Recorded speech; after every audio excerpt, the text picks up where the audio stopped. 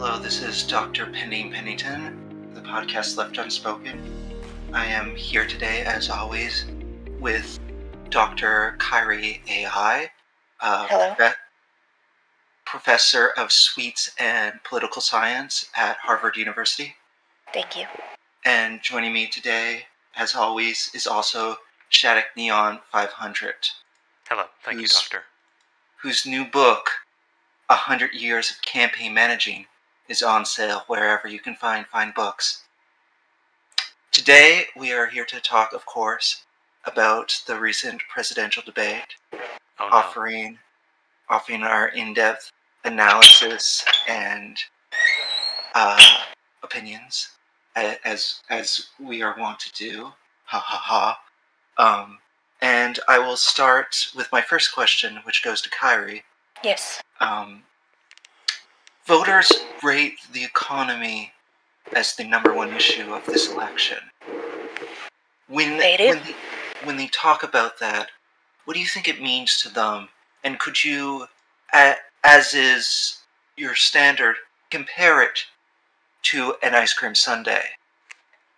Well, we're looking at an economy right now that is very deflated. There's not a lot going into this economy. Right, of course. And voters are very concerned that, with this market not being stable, are we going to see another crash very soon? Yes, now imagine this as an ice cream sundae that is melted and has been left out in the sun way too long. You're wondering if someone's actually going to eat said sundae. Right. You need answers, and we need those answers very quickly, or we're going to have spoiled sundae. Very, very good points, very good points. Mr. 500. Please, Mr. 500 was my father's name. Call me Shad. Right, of course. Sorry. Professor Shad. During the debate, Biden said, and I'm quoting here, hello. When he said that, do you think he was referring to the Roman Caesar system of government? Or do you think he was thinking about Greek-style democracy? Well, you see, Dr. Professor Pending, yes. I have a very, very good reason to believe that he was thinking of the Roman style, for under my knowledge, Joe Biden is in fact a male. And from the research done among many internet scholars, it has been proven that men think of the Roman Empire at least once a day. I think we have Gallup polling to back that up, yes. Mm-hmm. Yes. Fascinating stuff. Well, Well, we will be back soon after this brief commercial break to dive further in to the unprecedented presidential debate between Joe Biden and Donald Trump. Thank you, and stick with us in this episode of Left UnSSPoKEn. Oh my god, what the fuck was that? I have been thinking about that, doing that all day.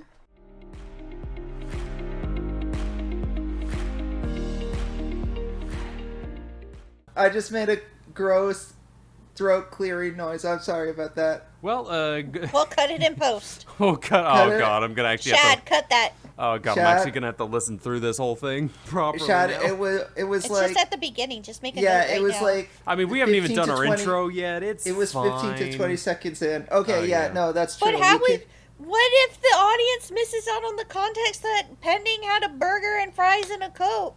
All right, fine. Audience, Pending had a burger and fries and a Coke.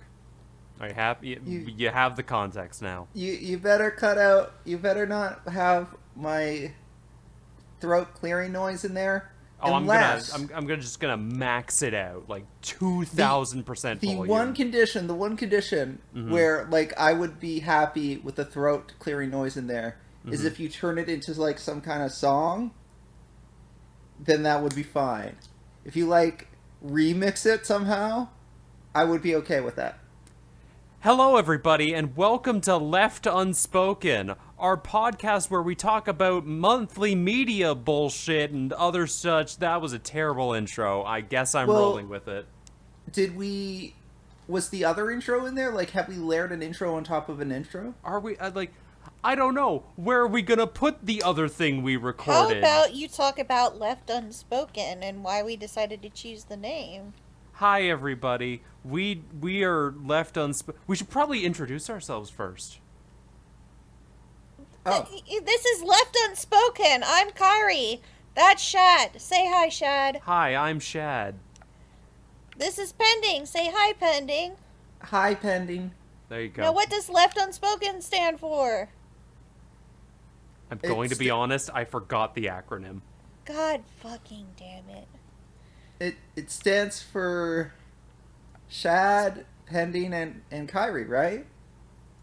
It's the untold story Shad, Pending, or Kyrie entertained. Hey, Yeah. There we go. Mm-hmm. Thank you, Kyrie. Yay. Yeah. I wonder what happened to our group. We fell apart in a month.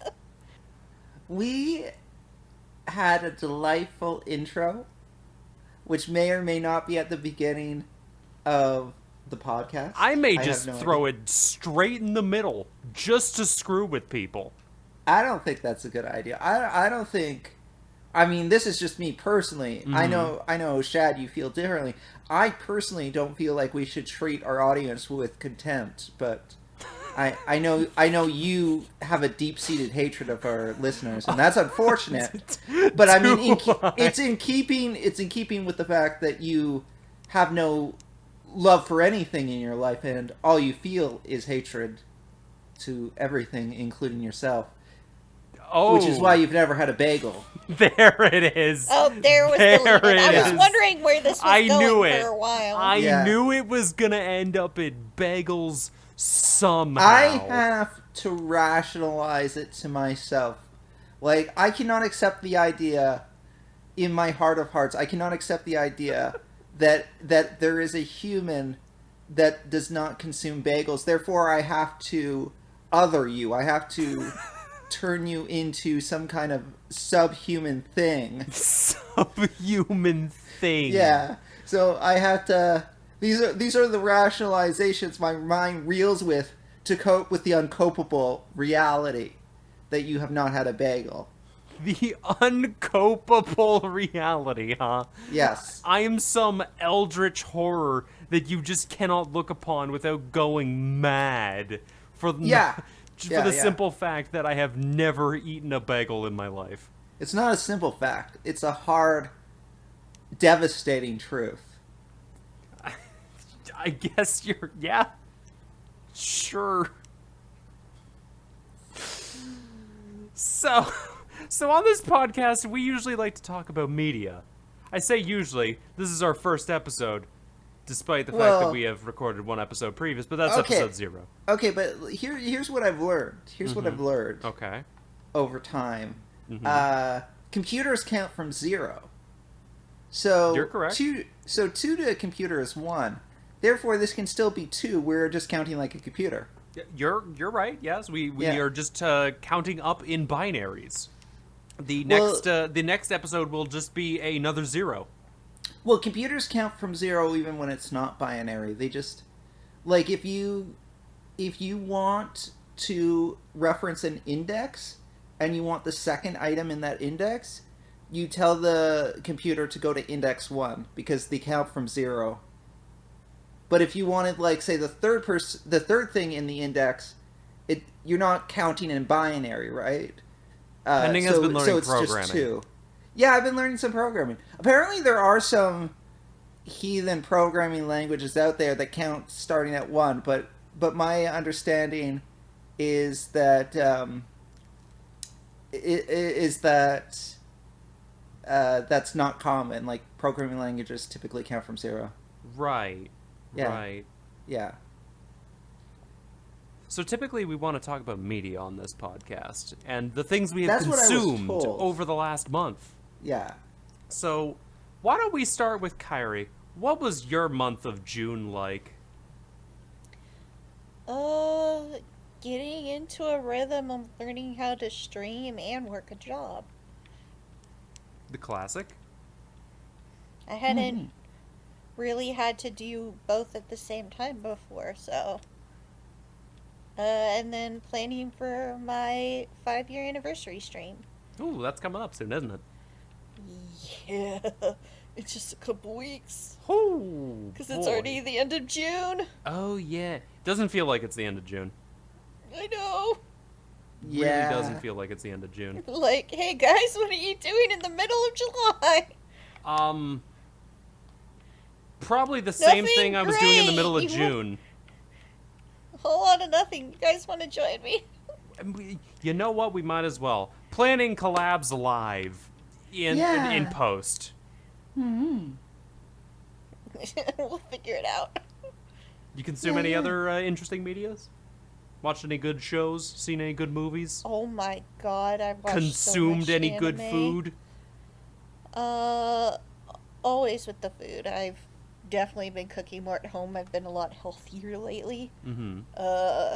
Found old recipes to get back into finally. I found a Caesar dressing that does not have anchovies in it. Ooh. Which means it is edible to me again. I have also found a good excuse. I used to love tuna salad, and we found canned chicken is a good substitute for that. Canned chicken? Yeah. How does So that... it's already cooked, and it's pre-portioned, and it's canned, usually in water, and all you have to do is drain it out, mix it with a little bit of relish and mayo, and you eat it with crackers. And it just has a similar consistency and flavor to tuna? Yeah. It's the chicken of the sea, is what tuna was, like, talked about for the longest time. I have never had fish. Not even tuna? No. Not even salmon? No. Halibut? No. Haddock? Have No. you had fish sticks? No. You had crab. No. Gefilte? What the hell Have is you a had gefilte? Have you had anything from the water? I have had water. Besides water, have you had anything that is from water? Technically, everything at some point Shad, in existence stop is... trying to just Have you fight had this. seaweed? I have never had seaweed, no. Like, I pity you because I love fish. I do. Like, I love fish, and I wish, like, currently I could go without knowing because I miss it wholeheartedly. Like, I miss having tuna. And it's one of those things where it's like, I remember the taste, I remember the smell, Right. and I can't, like, 90% of my senses tell me this is good until it comes into contact with my body in any way, and then I just gonna die. Understandable. Yeah. But no, to answer the question, no, I have never had sea life. We'll fix that. It's not for everybody. Fish is very much one of those things that is like, That's true. it's either a texture or a taste kind of thing. So Yeah. we'd have to like get you a Cheerilee to be like, okay, Cheerilee, we'll order a cooked fish meal, or like start you off with something like shrimp. Because I can, I think I can eat shrimp, but it's just like start you off with something in that situation before you go into other things. Because like sushi's one of those things you have to really work your way up to. Sushi always seems scary to me, just because it's like, hey, I have grown up being like, hey, don't even touch that raw meat. And then I look at people eating sushi like, that is entirely just a raw fish you are putting in your mouth. Well, to be fair, not all sushi is raw fish. Like, there's avocado sushi, for example. There's also things like tamago, which is egg. It's a fluffy, like, sugary egg that's just on the sushi rice. So they also do things like eel. But then you have some weird ones around. So there's like barbecue deal too. steak tartare like ones. So it kind of depends on where you go. Right, yeah. Kind of depends on what their idea of sushi was. But Gotcha. yeah. So a little off topic, but that's our brand, so it makes sense. That is the entire point of podcast, is to start on topic and then to be like, how do we get to Abe Lincoln riding a motorcycle in the Grand Bahamas?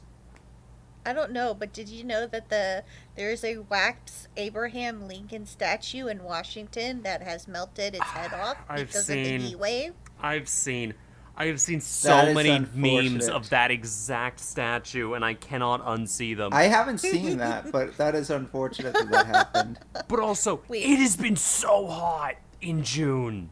It was, yeah. No, it's crazy to me that this is just June, that we have like 2 months of summer ahead of us. Oh, God, yeah. It's gonna get so warm. Are either of you two aware at all of Clone High? No. It might have just been a Canadian thing. I'm not sure, and it wasn't on for very long. Okay, I've heard of the name.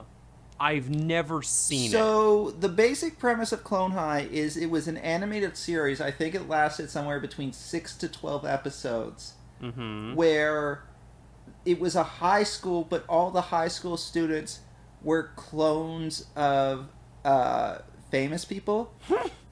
So one of the main character was the clone of Abe Lincoln. Oh. Yeah. So That's yeah. definitely different. It was. Oh, and I think the vice principal was a robot, if I remember correctly. The vice principal. Robot-kun. Yeah, I can't remember who the principal was. Me neither. Believe it or not. It was a show. It was a show. I saw it. You can't remember a thing about it, can you? I remember exactly one thing about it. Yeah? One of the characters, I can't remember which one. I want to say Gandhi, was diagnosed in one of the episodes with ADD. And then the robot said, "You have ADD." And It made a happy little jingle out of it. yeah, kind of. This is the worst Civilization game we've ever played. Do you know, actually... Okay, so do you know the thing about Civilization as related to Gandhi?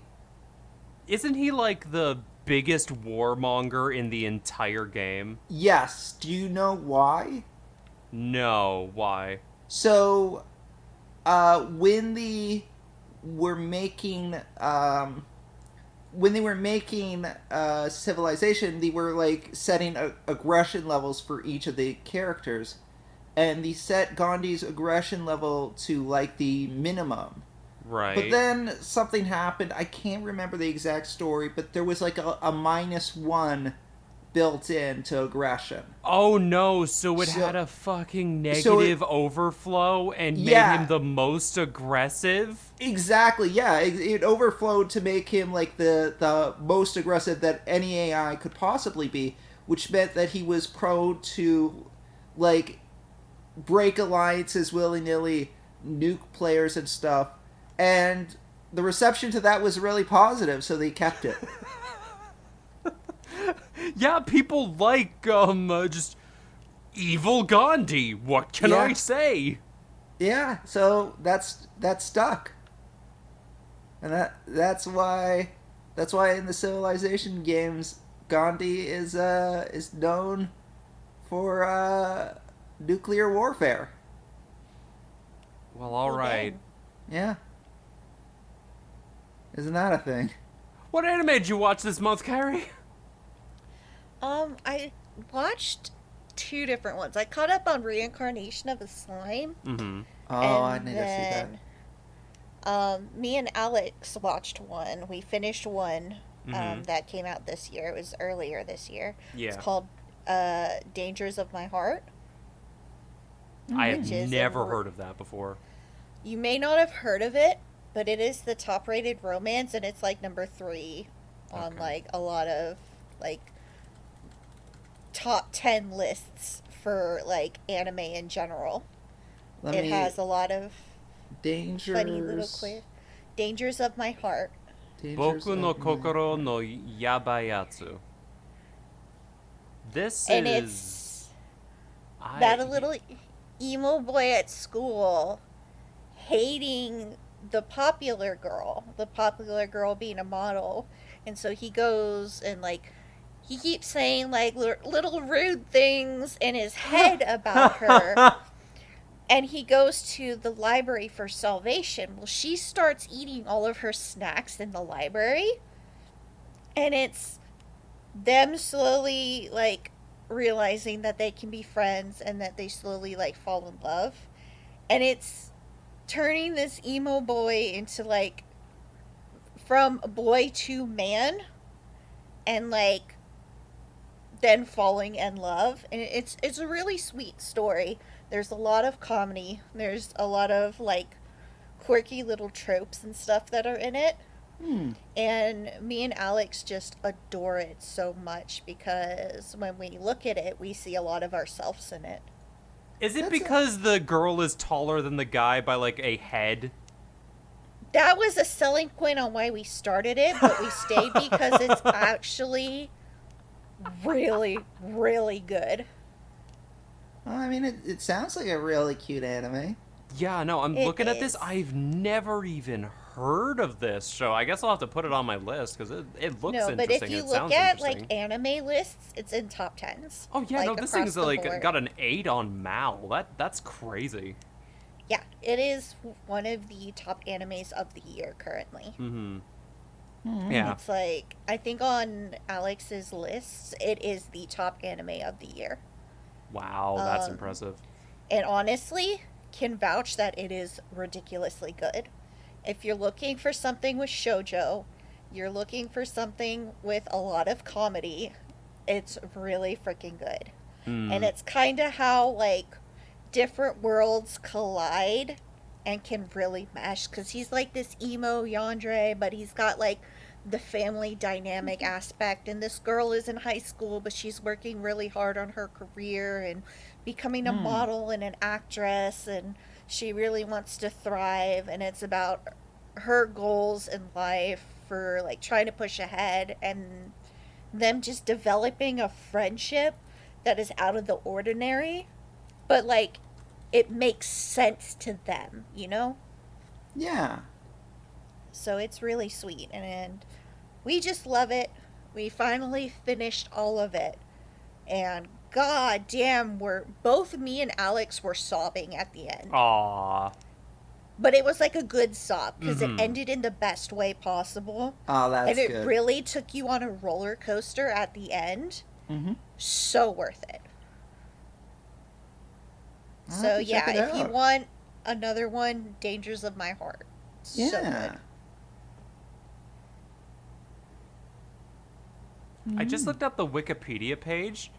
I'm like, there is no way they're both middle schoolers. And I looked at it like, yeah, nope, they're both just middle schoolers. Even though neither of them look, or only one of them looks at them. Like, geez, that is an art style. It's because she just got blessed very early on. Like, so she hit puberty and skyrocketed. Like, it's talked about quite a lot at the beginning because she's so tall. Yeah. That she plays on the school's basketball club. Oh. And they make it a point that, like, she's terrible at basketball, but she's really good at defending the hoop because she's so tall. Right. Okay, that's fun. So that's the kind of, like, humor and stuff that go into it, but that's how they describe it.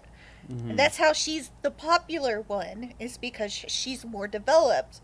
But then you realize she has more to her than what, you know, everybody perceives. So. She's a transformer? There's more than meets the eye? Shut up! Don't taint my knowledge of this thing. I saw an opening. I had to take it. How dare you? It's your turn. What'd you do? Oh, well, there is one thing I actually wanted to ask you. Yeah. You said you also watched some Slime Isekai. Was that the most recent season that's currently Yeah. still airing? Oh my god. That's been fun. It is very fun. There are so many meetings. I mean, There but are a lot of meetings. That's slime Because isekai. it's all. Well, it's more political this time around because you just had the war happen Right. at the last one. Oh, absolutely, yeah. I So haven't you're dealing seen with the all the new political fallout. season. Oh, I would say, if you like slime isekai, it's still more slime isekai. Yes. But, you are getting, 6 episodes of just people talking in a room. I'm fine with that. You know what? It's important There you go. for reasons. Yeah. Oh, it's Honestly, absolutely, Slime Isekai is a political city-building anime, briefly interrupted at times for a battle. It's a simulation game. Yes. It's a simulation game. Yes. Just an anime form. It is the biggest thing I would say is that Slime Isekai is that, and I do enjoy that about Slime Isekai. But dear God, there was one moment in season 2 that was it is still sticking with me on how good There's that a moment lot. was. There's a lot of points in the seasons where you can get worked up. So, the last season hit hard. Mm-hmm. Really, really hard at the very end, right before Rimuru, ascended. I will say, I don't want to say too much. yeah, neither will I. But all I will say is, for people who know and for people who don't know, is the highlight of Slime Isekai for me was the Megiddo moment. Oh, yeah, that's so good. That was a brilliant piece of just music was on point, visuals were great. Ooh, it just felt the feelings right. that went into everything, it just ticked. And especially the build-up, it just hit so hard, and it just feels a little lackluster now that I'm going into back down to what Slime Isekai is for the rest of the show, and I'm like, man, I need to chase that high again. Well, I will say they're not going to hit that high this early on. No, they need to build that up again. Because a lot of the love that was put into this is the building up of this town. Right. And Rimuru decides, I want this to be an economic hub for every race. Is what he kind of decides, and he starts sharing. Mm-hmm. But you kind of learn that it's not just about Rimuru in this one. Mm-hmm. You're focusing a lot on some of the newer players that have appeared. And the one bigger in particular world. Named Diablo. I love that name. You get a lot more of him recently. And he's kind of like Shion on he's unabashedly loyal to Rimuru for no reason other than he wants to be when he doesn't have to be. He just wants to. He loves Rimuru for whatever God knows reason, and he's like, I want to be here. And so he takes a lot of commitment on in these new episodes. Yeah. And some of it backfires on him. Mm-hmm. And he has to go to Rimuru, and he's apologizing. Rimuru's just just fix it. Go back, fix the mistake, and everything's okay. Yeah, man, you got Diablo, it. Right? Takes it to an extreme. He's just you made me look bad in front of Rimuru. I'm about to fuck some days up. It was, I will say, that was very satisfying. Those were very satisfying moments. However, just so we could avoid getting too deep into that, that's all you need to know. Yep. That's it. So Diablo is great. He's one of my favorites. He's on a little keychain on my backpack with Rimuru. Aww. That's great.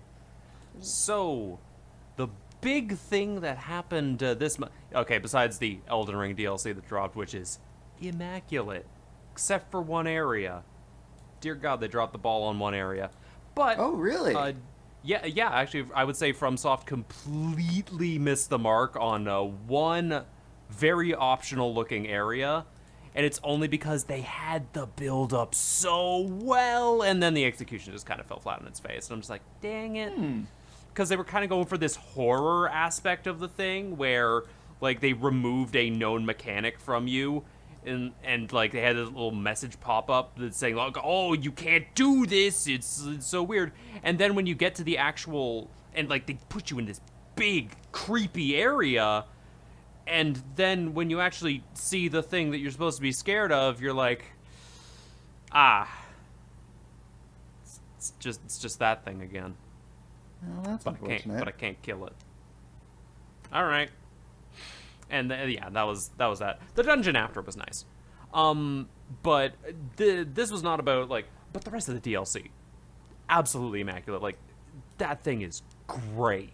I'm sure by the next podcast I will be singing nothing but its praises again, having actually finished it, or am a million deaths deeper. Yes. Maybe both. But both. no, the thing I really wanted to talk about was this month I had finally completed Baldur's Gate 3. Oh, cool. Nice. That is a great game. Like, just full stop. If you ever get the chance to, like, get Baldur's Gate, a Steam sale is going on right now. Let me just check if it's on Steam sale. It's 20% off. Let's be honest, I have heard so much good things that I've considered getting it. Mm-hmm. Just because. Like, it is... How do I put this? Baldur's Gate 3 is what I can only describe as the densest video game you have ever played. And the second time you go through it, you realize, how did I miss the other half of the apple? It is insane, the amount of just stuff they have crammed into it. Like, I felt satisfied even though I missed multiple party members. Oh, that's pretty cool. Yeah, like, I missed multiple party members, like an optional dungeon, a complete character quest line that I just kind of abandoned. It was so good that even getting into any of it, I feel like it would just devalue the experience you're getting. Well, I am gonna play it at some point. Oh yeah, absolutely. The only thing I will, like, give is play Baldur's Gate 3 and just have fun with it. Yeah. Like, you can solve problems by stacking beds. Sounds good. I cannot, like, the game thrives in a creative approach. Right. Well, I will stack bets. Absolutely. Like, I mean, you could do that in Minecraft. That's true, Shad. I could do that in Minecraft. It is, yeah, that is. You know, there's also something else you forgot to mention. Oh yeah, well, what did I forget to mention? Birthday! I did have a birthday this month. Yeah. I am older. It was on the same day that Elden Ring DLC dropped. It was. Didn't play it on stream because I was very, very, very tired after that point. But yeah, it took like 6 hours. Yeah, but I did actually get something interesting for my birthday that I will want to talk about next month when I've actually started it. But I got a book. Oh. Nice. I got a book called House of Leaves. What book is that? It sounds like a book I know. I have talked about it a couple times, so if you've heard about it, it's probably from me, but it is what I can only describe as a horror novel that plays with the concept of it being a novel. That's different. You will open up a page and the text will start spiraling in on itself. I will inform you. Oh yes, you have told me about this, but I know a different book that's also named House of Leaves that is not like that. Oh, so, no. Oh, it is a true story about a crime that happened. So, very different genre. Very different genre. Okay, yeah. Absolutely. But, yeah, so that'll be my next month's probably big topic is my journey through House of Leaves. I think the way you describe the book to me is this is the hardest book to read known to man. Yes. Yeah, that seems like a description I would give for that book. It's also just, like, it's a little intimidating. Whenever I look back at the book, just sitting there, it's a big book. Like, here, I'm gonna run over and grab it real quick, just to see how many pages are actually in this thing. You know what? You know how we should measure it? How? Do you have a table? What? Do you have a table, Shad? I don't understand what you're not getting. I have a desk. Okay. Here's what I want you to do, Shad. Yeah? I want you to grab the book. Are you grabbing the book? I have the book in my hands. Okay, lift it up. Okay. Drop it on the table. It's not that. It's not that big of a book. Okay, let me actually look at the table of contents to give you a page count here. House of Leaves. Blah, blah, blah, blah, blah. Okay, here we go. Contents.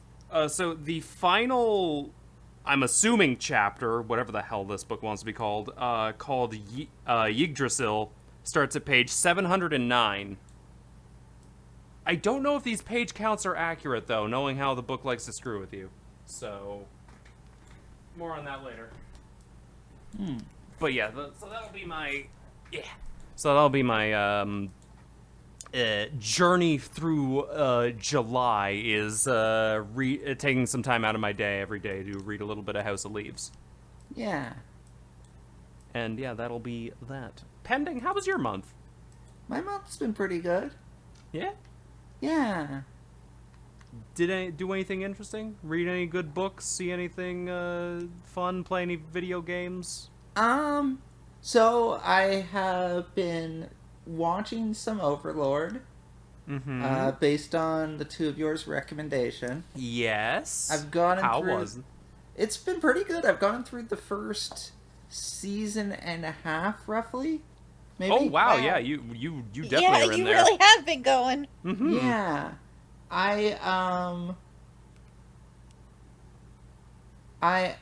so I like Hammy. I think that's the highlight for me. yeah.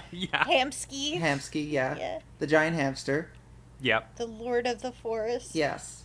I think he's called Hamusuke in the Japanese. Hamusuke, yeah. Yeah. I really like. So I've been watching the English version. Yep. I really like the voice of the lead character. Ainz. Okay, do you like his internal monologue or his external voice? External. Best I can tell, they got the same voice actor to do both, which is pretty remarkable. Because it's the same in both dubs then, because the voice actor for Ainz in the Japanese dub also does the both the. I don't know what kind of voice to call it. I don't want to say it's the nerdy voice because it's not quite sheepish. It's a sheepish voice. Yeah, it's a sheepish voice versus the booming skeleton lord. Yes. So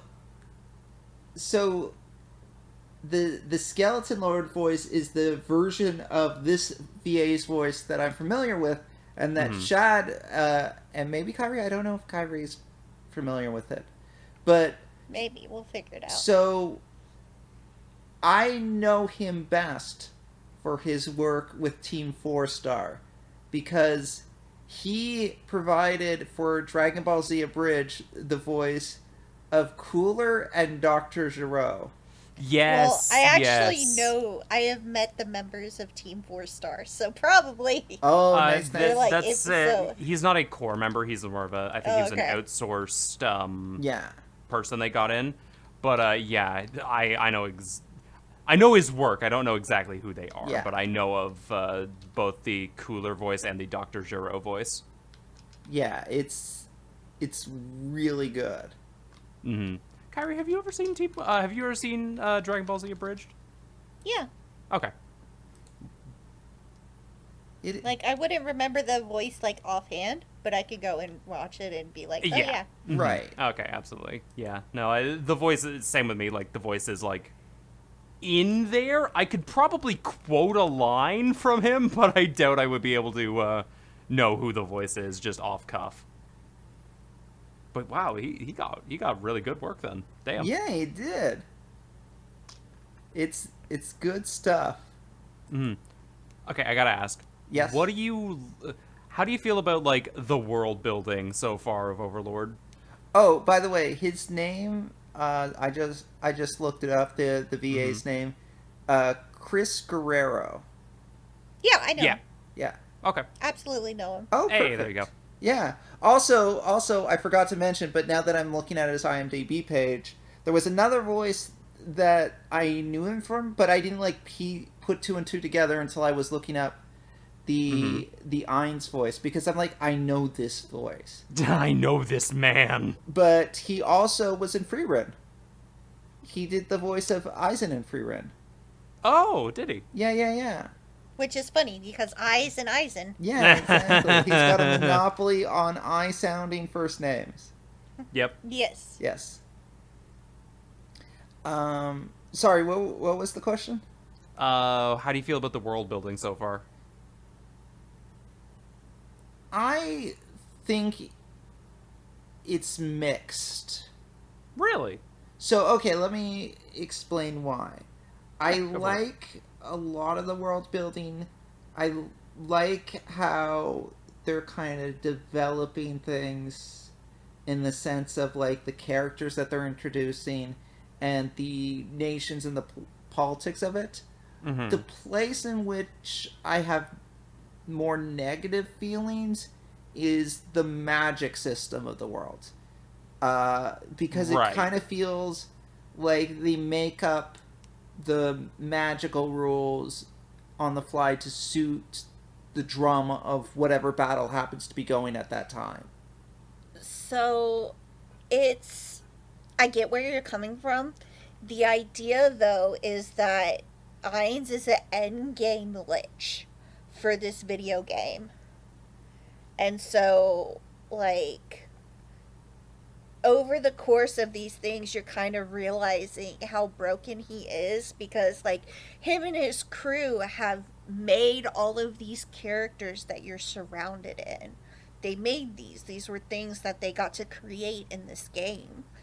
And Ainz has kind of this overarching magic that kind of topples everything you see, just because he hit that end game. So, like, you're gonna see, like, end game items. Like, think big, like, capped raids for late game raiding. You're gonna see item drops for that come later on in a couple, seasons. Yeah. And he's, like, destroying these things to get, like, even bigger magics. So it, like, makes sense in the term if you think about it in a video game, but I get where you understand, like, in a concept of a world, it doesn't make sense. Right. But that's exactly the point on why, like, there's this discrepancy between, like, humans and races, and, like, them all of a sudden appearing in this world. And I think, and this is part of a larger thing about a lot of different animes, I think to an extent it's in part because this anime is kind of in that overarching wish fulfillment kind of genre. Yeah.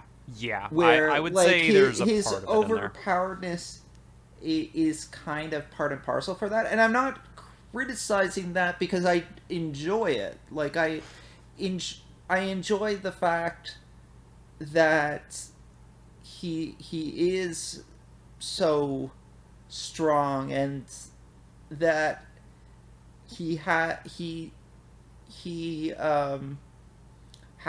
a problem-solving nature to him, and he is sometimes over his head and just faking it.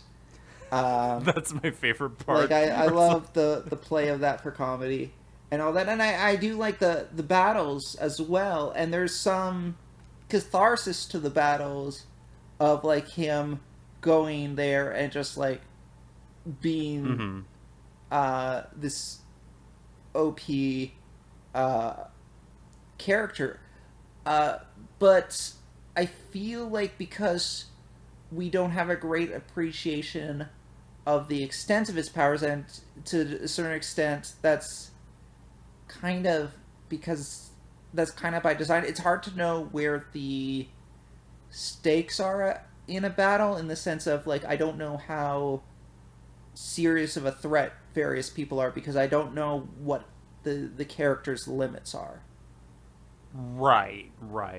That can be understandable if you're going into it with, like, oh man, I hope Ainz doesn't lose. Or to look at it a different way, if it was like a mystery, like, in order to kind of have the ability to solve the mystery along with the character, you kind of need to know all the different clues at their disposal and all the different tools and stuff.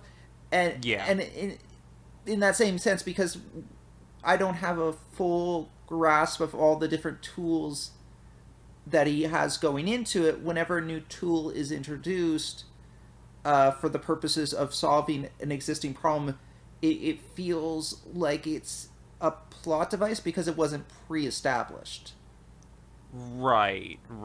But it almost feels like it's a weird writing thing rather than an actual, like, enjoyment thing. At the same time, I guess. I like give these thoughts, and I don't have like a better way to do it, because the entire premise of the anime is you have a character that is basically starting at level 100 with all the in-game items. So, like, to give us a list of all his abilities and what he's capable of, like all the items he has, to kind of give the laundry list of establishing all that stuff would grind the show / manga to an absolute halt and make it unwatchable. Yeah. So I do get that there's no real solution to this, and I get that it's not really a problem that necessarily needs solving because it is a wish fulfillment anime. But that's why, for worlds building specifically, I have somewhat mixed feelings, because, like, I like the politics, but the magic system is kind of less clear to me. But I would also add that this is a similar thing that Reincarnated as a Slime has, where the magic isn't as well established as the world itself is. Yeah, I would say it's a very, very similar instance to Slime, where it almost just feels like they've quite literally pulled the solution out of the ether. Yeah, and I Slime maybe has it a little bit easier because we get to see a lot of Rimuru's stuff introduced as it happens. Mm-hmm. Yeah. But yeah. Yeah, so it's interesting. I'd like to see, like, how you how these sorts of feelings go from here, because I don't really know if that could be the thing you're feeling doesn't exactly go away in the later seasons. It's something you're going to be feeling throughout the whole thing if it is really a big hitch. Right. It doesn't sound like a hitch, but it's more of a question. Yeah. Throughout the entire time. Kind of like, where did all this stuff come from? Mm-hmm. But it's just like, that only gets progressively, like, it explains where it comes from, but that doesn't excuse, like, some of the items that are used later on that are going to be pulled out of nowhere just have incredible purposes, and it's just like, to see what one item can do. Mm-hmm. Like, I'm thinking, like, for reference for Shad, I'm thinking fourth season specifically, how they're pulling raid items, world items out of nowhere. Yeah. I have a couple of those in mind. I'm like, what are they? What do they do? What am I thinking? It's a one-use item, basically, that has world-changing effects. Right. Basically. Yeah. It's something you would get from an endgame raid that would be a very, very, very rare drop. Right. Mm-hmm. They're really almost like the cash shop items in the first season finale, except bigger and more imposing. Mm-hmm. But yeah, that's Overlord in a nutshell. I would say, because I can see where you're coming from in this, and it being like a weird, like, aha, I have pulled the magical win button out of my butt. Boop. Right, yeah. So it's, for me, it's less of how a character wins the fight, and it's how are the characters I like on both sides of the conflict going to leave the conflict when I know who's going to win. Makes sense. So it's much less the fight itself and more so the what How I the know. characters react to the situation at It hand. is yes, it's the sense of dread I get when I know what outcome is going to happen. Right. And I find that a little bit more interesting. Which in the later seasons you come to love a lot of the human side more. Yeah. Because they definitely improve the relations. You know, Ain's kind of pushes for, you know, hey, let's, you know, consider our relationship with humans and stuff. And you kind of have a bond that grows between a lot of these new people. And you see more of like the adventuring crews together. So you definitely feel more at home on that side. Right. So it's definitely nicer. Mm-hmm. Mm-hmm. So I ask about world building now just because I know approximately where you are in it, and it doesn't do a lot of like grand world building that you see in like later seasons, but I'm still curious on what your take was this early on. Right. Well, I look forward to kind of revisiting it when I'm further along and it sounds like the world gets further fleshed out. Oh, absolutely. Like, yeah. honestly, my favorite season is season 4. Interesting. And okay. I go back to it quite often. Mm-hmm. Like, I do like the first season a whole lot. Right. First season is the reason I stuck with it for so long. 2 and 3 are okay for me. I do like them, but it doesn't match up to first season for me until fourth season hit. Fourth season hit, and it hit hard for me. Interesting. Okay. Mm-hmm. And it's purely because you're introduced to like world items, and you have to understand that very early on. You should have already seen like the Shoutier stuff, right? Like you got to the epilogue of all the Shoutier stuff. Yeah.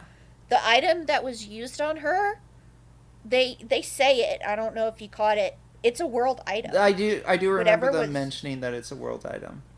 Yeah, so whatever they used on her is a world item, which Ainz didn't realize that humans had the capability of to begin with. Yeah, well... So that's like the first time he's kind of hit with something. Where I'm at in it, he suspects it must be another player. Mm-hmm. If they have a world item, then he's like, okay, I must be dealing with another player at this point. But that's the thing. You don't know which human may be a player. Yes. Because you have to remember that the guild he created with his friends was a guild solely for people who were discriminated against because they built characters that were not human. Right, yeah.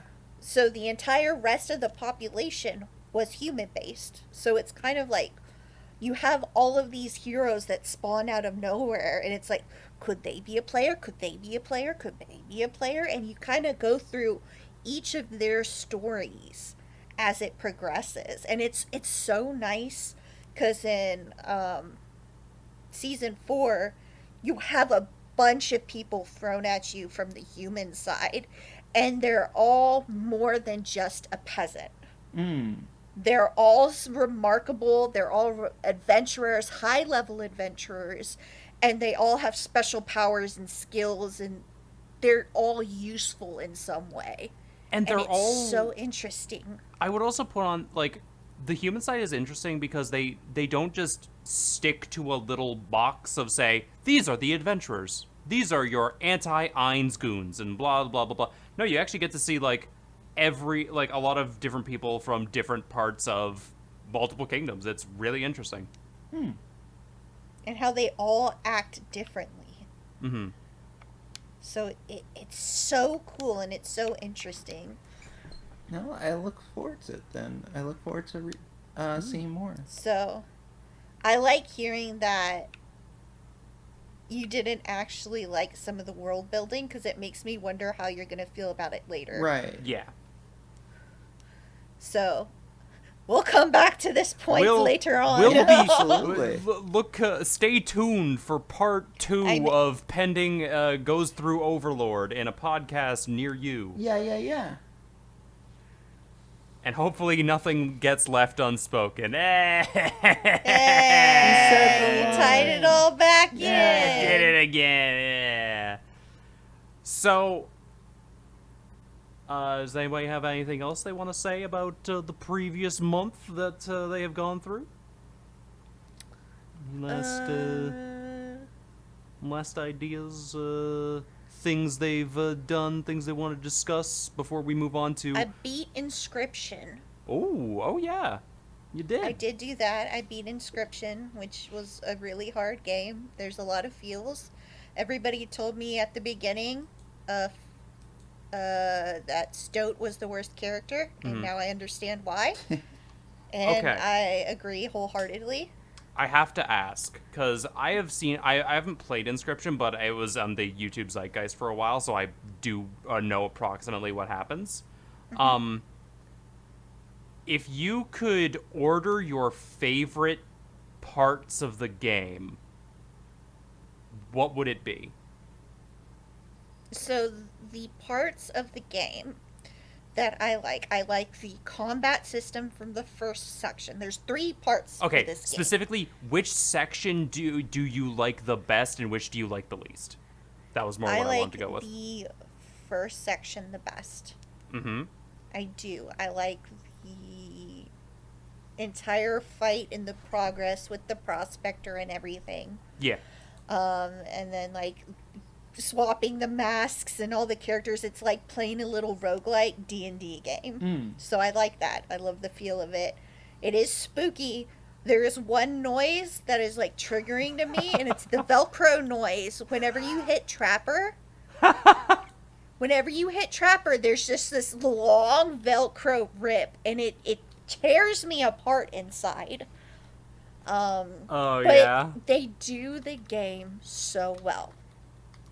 But I think that's kind of everybody's favorite part, is the first one. Everyone can simultaneously agree that Leshy is like the best part of the game. Leshy is amazing. If you haven't seen this game Pending, I'm not familiar with this game. So it's called Inscription, except the second I is replaced with a Y. And the entire basis is you were caught in this cabin, and this guy is forcing you to play a roguelite adventure game over and over. It's a card building game with creatures. Oh, okay. And they have to kind of battle each other over and over. I think I might know this game. And you're trying to beat the bosses. Yeah. And so it's a long fought out boss. And once you beat the boss, the game flips on its head and turns into a different type of game. And then when you beat that game, it flips again and turns into a different game. Oh, that sounds cool. So like, I wasn't expecting any of it when it hit. Yeah. I just thought it was the card building game. I mean, it's technically all a card building game, but it's different though. For the other absolutely. ones. But like a lot of it revolves around the entire aspect of building cards based around the rules of the game. Right. And the rules change. Yeah. And often.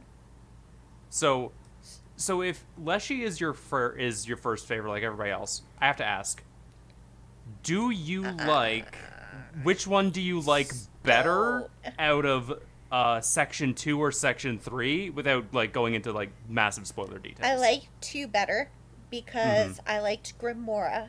Yeah. And I got to have a lot more of Grimora in there. And Grimora's decks were like more interesting to me and everything. Right. So I do like the second part, like my next favorite. Interesting. Having to be forced into a category and be forced into everything by Stoat was hard. Yeah, part 3 is, like, from what I have heard, a lot of people don't care for part 3 as much as part 1 or part 2. I think it's because they built up the villain, and so you kind of grow attached to Leshy. Like, Leshy's storytelling in the first is very atmospheric. Mm-hmm.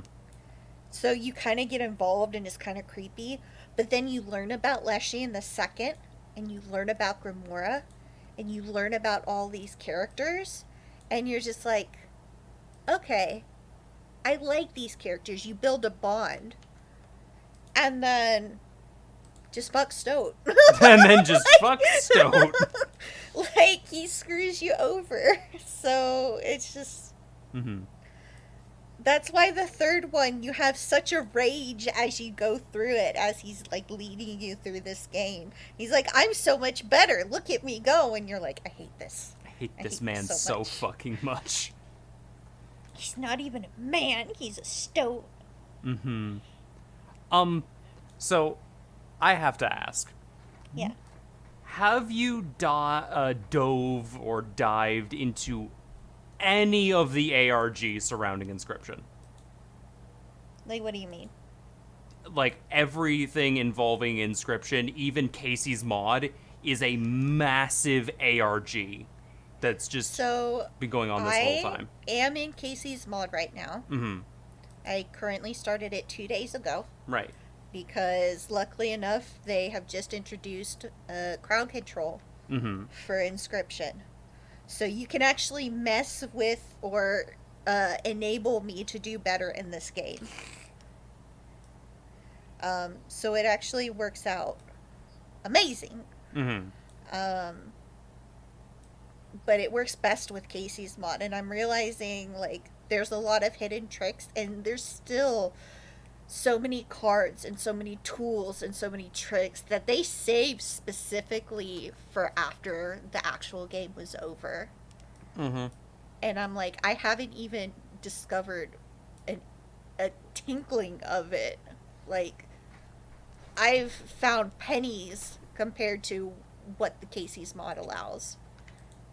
Very interesting. So, all I will say is, in the base game, there's also, like, oodles of little secrets and fun things if you want to go and look for them that all the secret finders are finding. So I did find lots of secrets, mostly because I did play it with chat, so chat helped me through a lot of it. Mm-hmm. And partially because I do allow some degree of backseating. Right. So I did get a lot of special things to kind of help with the story. So I got a lot of the special cards and trinkets and toys and, like, things to kind of help me have a more fruitful experience in the first couple games. Right. But now in Casey's mod, all of that is reset. And my poor Ouroboros! They removed my boy! My Ouroboros. You cannot play with Ouroboros anymore. It is pointless. I was trying to figure it out. They removed the game-breaking card. Oh no. But there is still more ways to make game-breaking things. Oh, of course. So yeah. It's kind of interesting, and I'm learning about it. But I'm realizing, even by watching others play, I don't even have, like, 1/10 of the cards unlocked. Oh. There's so many cards that are not there. Mm-hmm. And I'm just like, I'm sitting here like, I want to build a wolf deck. And I'm like, I don't know what wolf cards are because I don't have half of them. Well, there you go. It really sounds like this game was made with so much love. It absolutely was. Is. It and is. Everything we're talking about right here with the card building and the deck building is what I can only describe as the top of the iceberg. Mm-hmm. They've put, like, ways. They've built an entire... So you have your game board, right? And you have your decks and stuff. But there's an entire room surrounding you that they give you in both the first and the second game. to like go, well, first and third technically, to go and explore. There's an entire games. escape room essentially. Yeah, there's an entire room around you that you can do puzzles and stuff with to unlock new things or to get secrets, and like it's honestly amazing how much was thought about in this thing, like to not only just give a card game, but to actually have a story that's cohesive and makes sense between 3 games, and to be able to still have more after. Right. And then there's everything Edmund McMillen likes to do and put in his games. So, like, even in between the games, pending to put it, he did videos. Oh. He did videos to, like, kind of, like, build this plot line that's behind the game itself.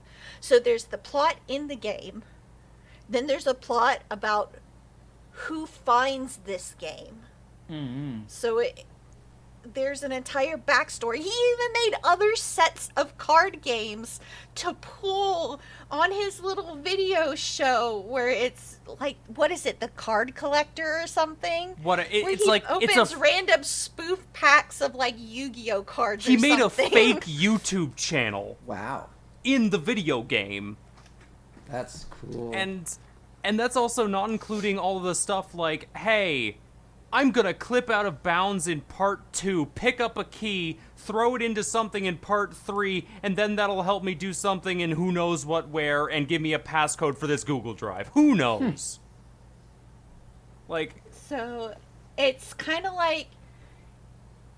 do you remember in Doki Doki Literature Club where you could do stuff to, like, edit the game? Yeah. And, like, delete characters and things like that, and the game would respond? It's that kind of response that this game has to, like, these other videos and things like that. Like, it acknowledges when things change or when you do different things. And that is literally the Edmund McMillen style. Mm-hmm.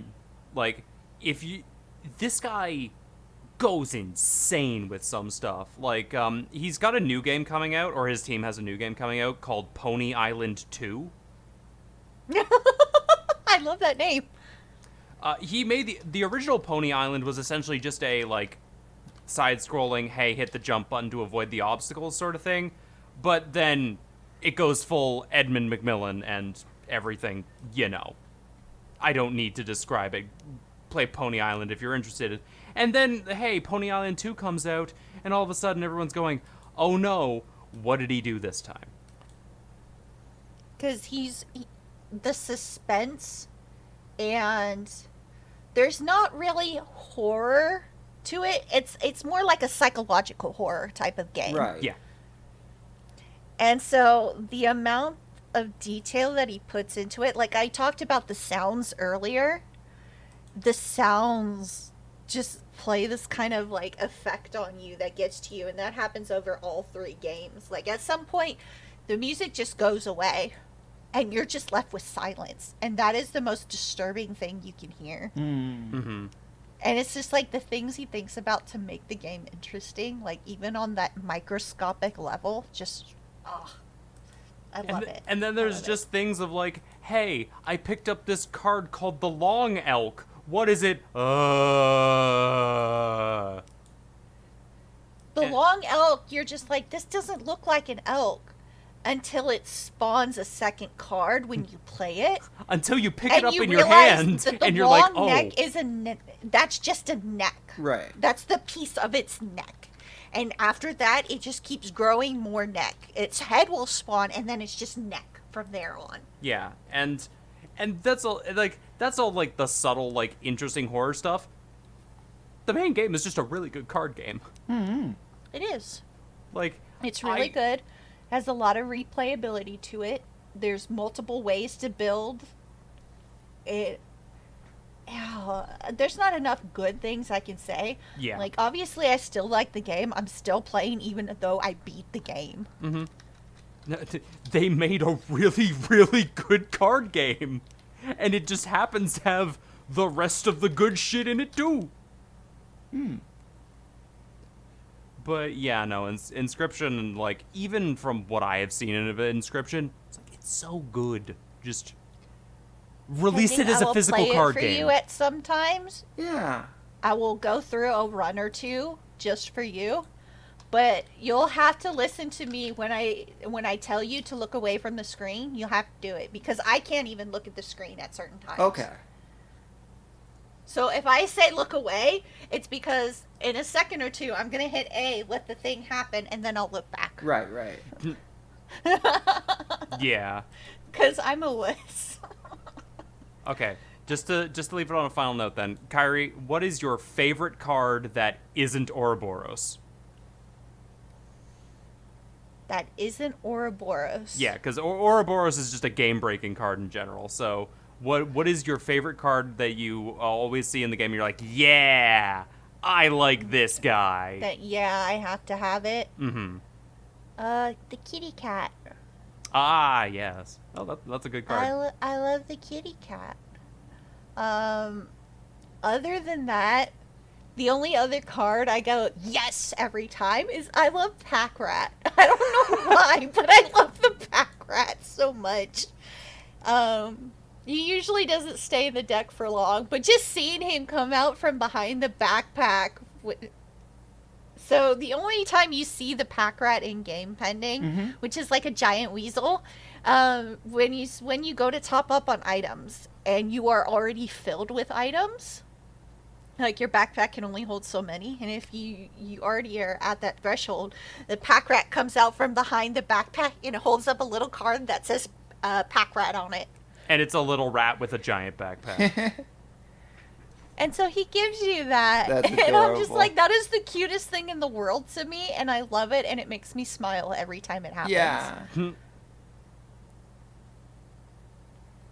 So, besides Ouroboros, which is my baby, he's best boy, I go with the cat and then Pack Rat, who makes me smile. Quality. Yeah. There's a special place in my heart for no reason other than a meme, but dear God, I love Urayuli. Urayuli? Because there is a clip of Markiplier. Remind me to show you this clip sometime later, Kyrie, because there's a clip of Markiplier playing Inscription, and he just goes off on a complete bit regarding Urayuli, and I love it. It is the greatest thing. The other one that I also like is Strange Larva. Like, I don't usually pick it, but I like the thought of it. It is a card that evolves and then evolves again pending. So as long as it survives, it eventually turns into Mothman.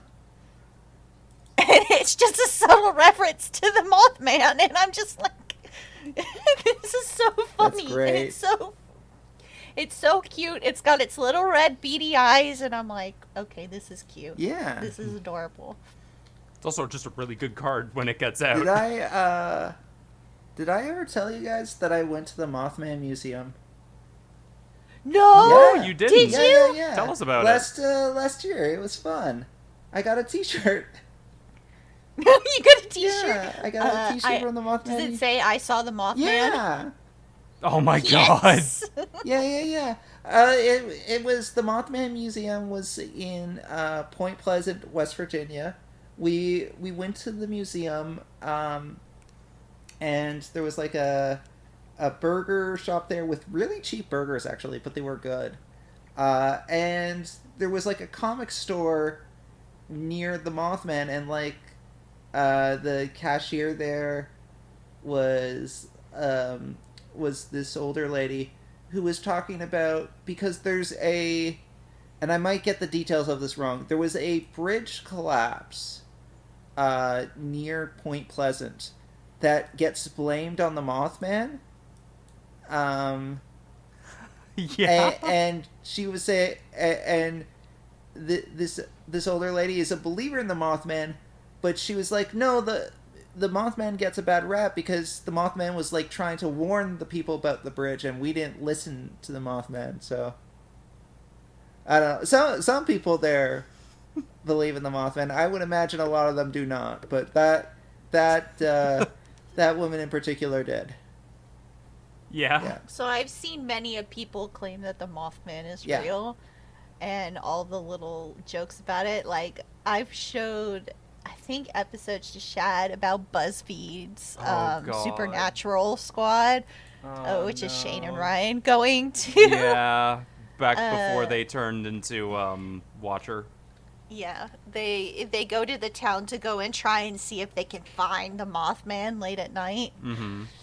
And they make a whole deal out of it, but they go and eat like Mothman pizza, go and eat chocolates that are called Mothman droppings. Like, they go to some of the Mothman like gift shop stores to hear different stories about the Mothman, like trying to kidnap babies and As one is to do, Yeah. yes. As they do. yes. So I'm glad someone went to go and see the Mothman. Yeah. It was fun. That's amazing. Well, congratulations on surviving the Mothman Thank encounter. you. It was difficult to do, but I managed. Well played. Yeah. Pending a better supernatural hunter than me and Shad combined. Yeah, no. I mean, to be fair, Kyrie, whenever we get together to try and supernatural hunt at all, you are being very scared and I am causing a ruckus. I also saw... What is it called? I think it's called a demolition derby. Wait, what is the thing in America where people in cars drive into each other repeatedly? Demolition derby. Okay, yeah, I saw a demolition derby in during the same trip because we went to North Carolina, and we saw the Carolina Panthers play. Oh, yeah, nice, we saw nice. the Carolina Panthers play, and while we were in the area, we saw a sign that for a carnival festival thing. And it was advertising that there was going to be a demolition derby. Me and my dad. So we decided to go to the demolition derby. We did that. There was this ice cream there. So I like Dippin' Dots ice cream. Right. At the carnival, they had this guy was there saying, we don't have Dippin' Dots. But if Dippin' Dots is Coke, then we got like the Pepsi version of Dippin' Dots. What does that even mean? So he gave me... Well, because Dippin' Dots is this very specific type of ice cream. Right, so they have the no-name brand of Dippin' Well, Dots. or the alternative brand, I guess. The off-brand. But Yeah. I gotta say, it was so good. And I wish I could remember the name of it. Not that it would help any, because I wouldn't be able to find it regardless, but... Because, I mean... Doppin' Dips? Because I mean, getting Dippin' Dots in Canada on its own is a struggle. So getting, like, the second highest brand is like a near impossibility. Okay, so I'm probably about to regret what I'm about to do, but what are Dippin' Dots? Okay, no, this is a valid question. And I didn't expect you to know. Like, I kind of had it in my mind that you're probably faking it right now because, like, you don't eat ice cream. How could you know what a Dippin' Dot is? So let me explain to you. What a Dippin' Dot is it's these very, very small pellets of ice cream. They are made... It's like little little tiny droplets of ice cream. They are made essentially in this special dry freezing process.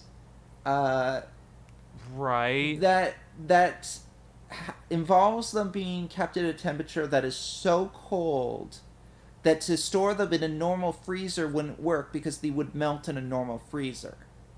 Which is part of the reason why they are so hard to get, because the only real way to get them is at a store specifically selling Dippin' Dots or a vending machine that's special made to store Dippin' Dots. So, like... But they look like tiny itty bitty circles. Yes.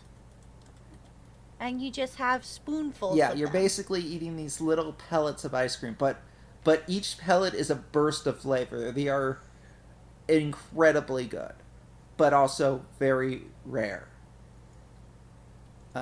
I would think like you are talking about like competitors for Yes. it. There's off the top of my head, there's Itty Bits, and there's Mini Melts. I want to say it was Mini Melts. So those are the two that I can think of off the top of my Let me head. see.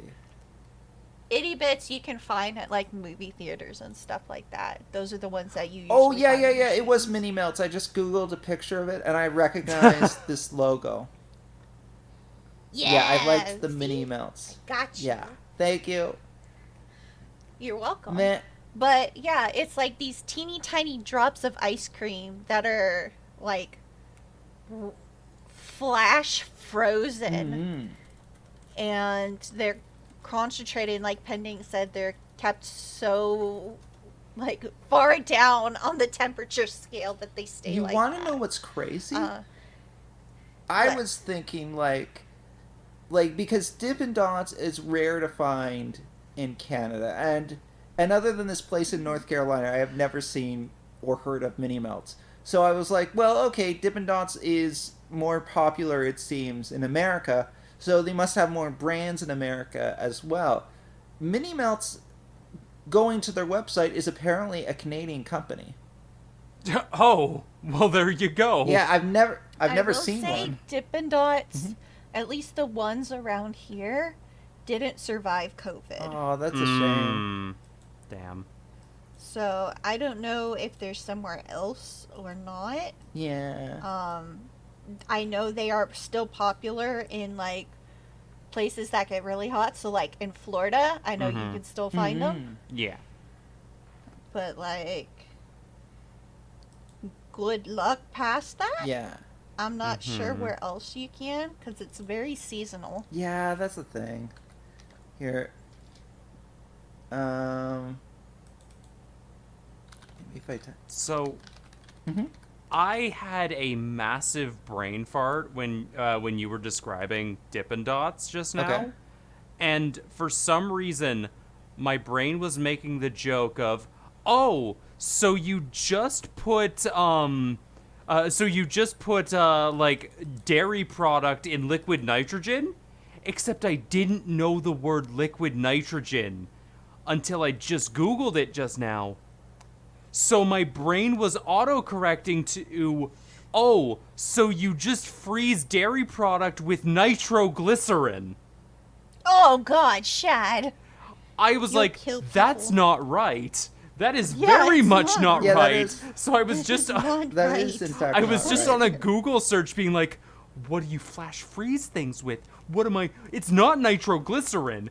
I just Googled that. That's not the right answer. So Though yeah. I will say,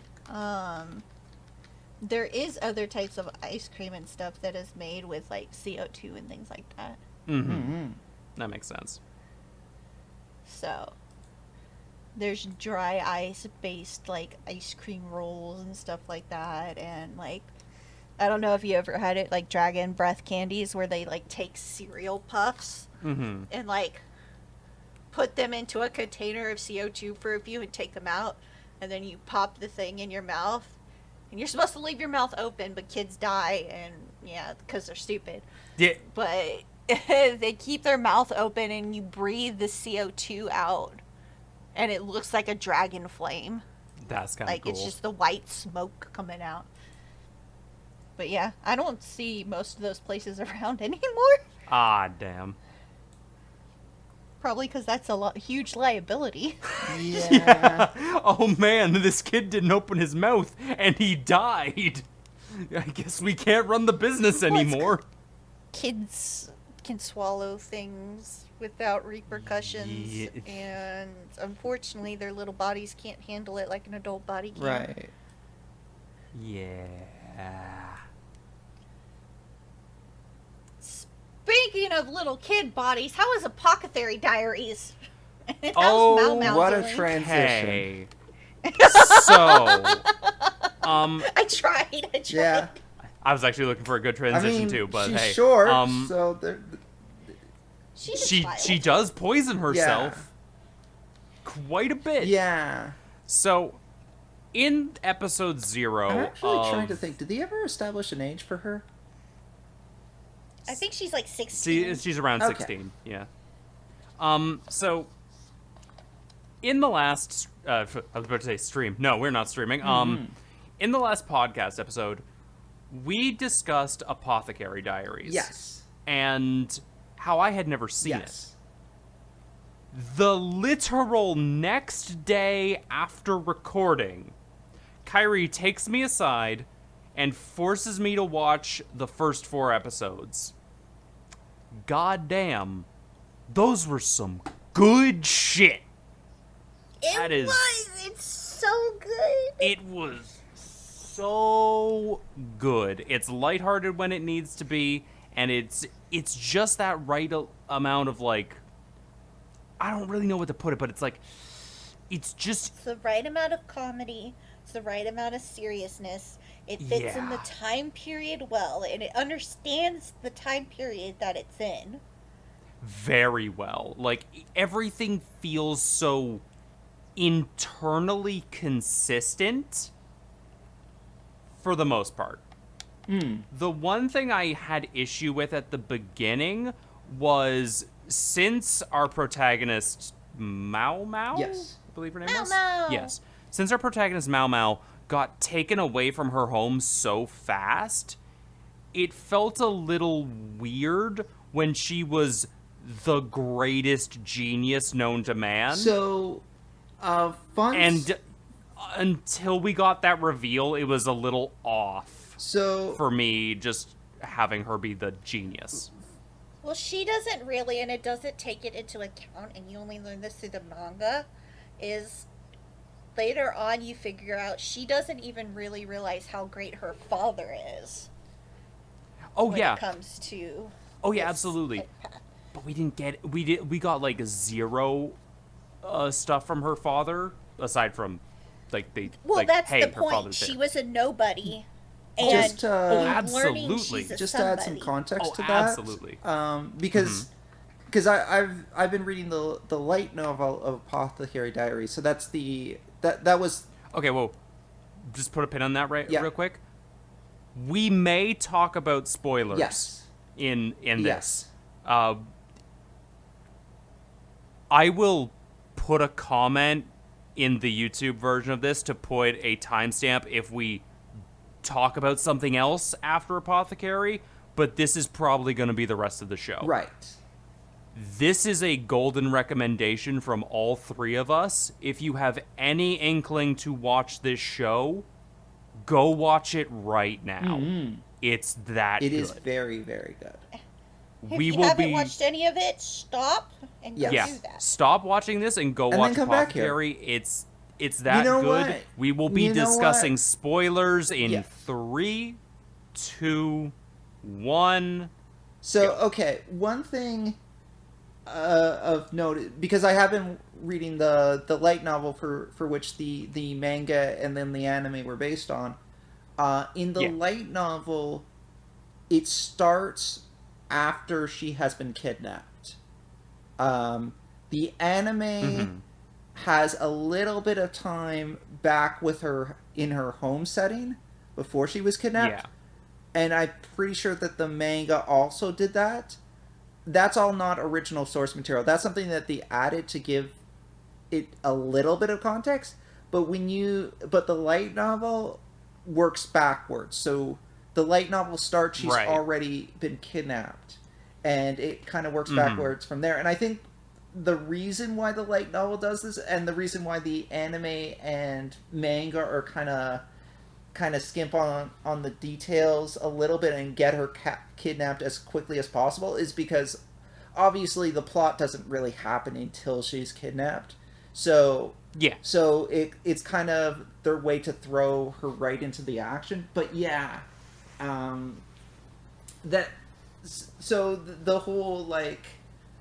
the whole thing, like, you don't really have context for how good she is initially. That's even more so in the original source material. Mm-hmm. Because Yeah, I don't I think see. we hear about her father. Like she speaks of her father and thinks about her father in the light novel with infrequent regularity, but I don't think we actually Mm-hmm. get a chance to actually see her father until we're like 3/4 of the way through the first volume of the light novel, if I'm remembering Yeah. correctly. Now, I do feel like the reveal of who she is and who her father is works incredibly well with the pacing we're Yeah. given, and it does recontextualize all the previous scenes of like, oh, of course, now it all makes And to be sense. honest, I don't know that initially you necessarily need the context, because you can see just by like her deductions and her interests and like her quirks that she is both knowledgeable about knowledgeable about medicine, but also like single-minded about it. So it doesn't feel Yes. it doesn't feel like it makes no sense. Like given her personality and given her interest and given her environment, like even though we don't get the full context of her father, who, as long as we're talking about spoiler territory, her father was a rather accomplished doctor back in his day. So Yeah. Like, he was an imperial, like, court physician. Yes. yeah.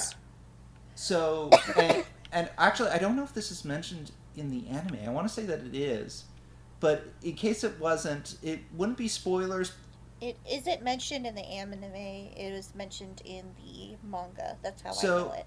well, I think the fact that he's in the imperial court is brought up in the anime, but what I'm not sure. It is. I don't know if it is outright stated, It but it said is he was at the heavily. court. It is heavily implied that he was the imperial doctor, and like all that stuff was going on, and that he got disgraced for some reason. Yeah, I think the light novel is a bit more explicit about what caused his fall from grace. I believe it was like, if I had to remember from the anime, it was like he couldn't be in two places at once and needed to save a baby. So there was something. 2 babies on the brink Yeah. of being born, Yeah. and because he was forced to take care of one, that he couldn't help another one, and both were ended up dying. That's not quite what happened. So okay, so the Implication also seems to be that the baby that he didn't end up saving, like one of the babies that he didn't end up saving, is our basically, what's the deuteragonist? What's the purple hair guy? I think his name is Jinshi. So Jinshi, basically, yeah. what happened was 2 kids were, 2 mothers were pregnant with kids at the same time. One of the 2 kids was a higher priority because it was it would have been like the emperor's kid, and the other one was like of a lower concubine of a lower rank. So or well, not a. I say a lower concubine, still a very high-ranking concubine, but lower than the empress's kid. So both of the kids get born. The one that wasn't attended to by the doctor, that pregnancy is still successful. However, there's complications during the pregnancy to an extent that the mother is left being unable to ever bear kids again. What happens next is that the lower ranking mother, knowing that her newborn son is always going to be of a lower stature than the other kid that just got born, and also being in a kind of grief-stricken mood because due to the fact that she wasn't attended to, now she can never have kids again. She concocts a plan to switch the kids. So she switches her baby with the Empress's baby. So now her baby is with the Right. Empress. And she's the only one that knows this at this time. And now she has the Empress's baby that she's raising as if it was her own. Her attendant gives the baby, this newborn baby, who is actually the Empress's baby, but she thinks it's her lady's baby, honey from her village.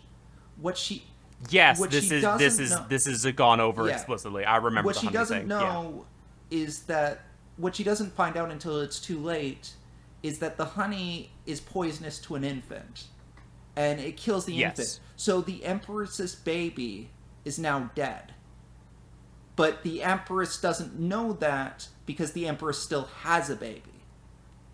Yeah. So that's what ended up happening, and Jinshi, at least it's heavily implied that Jinshi is that baby.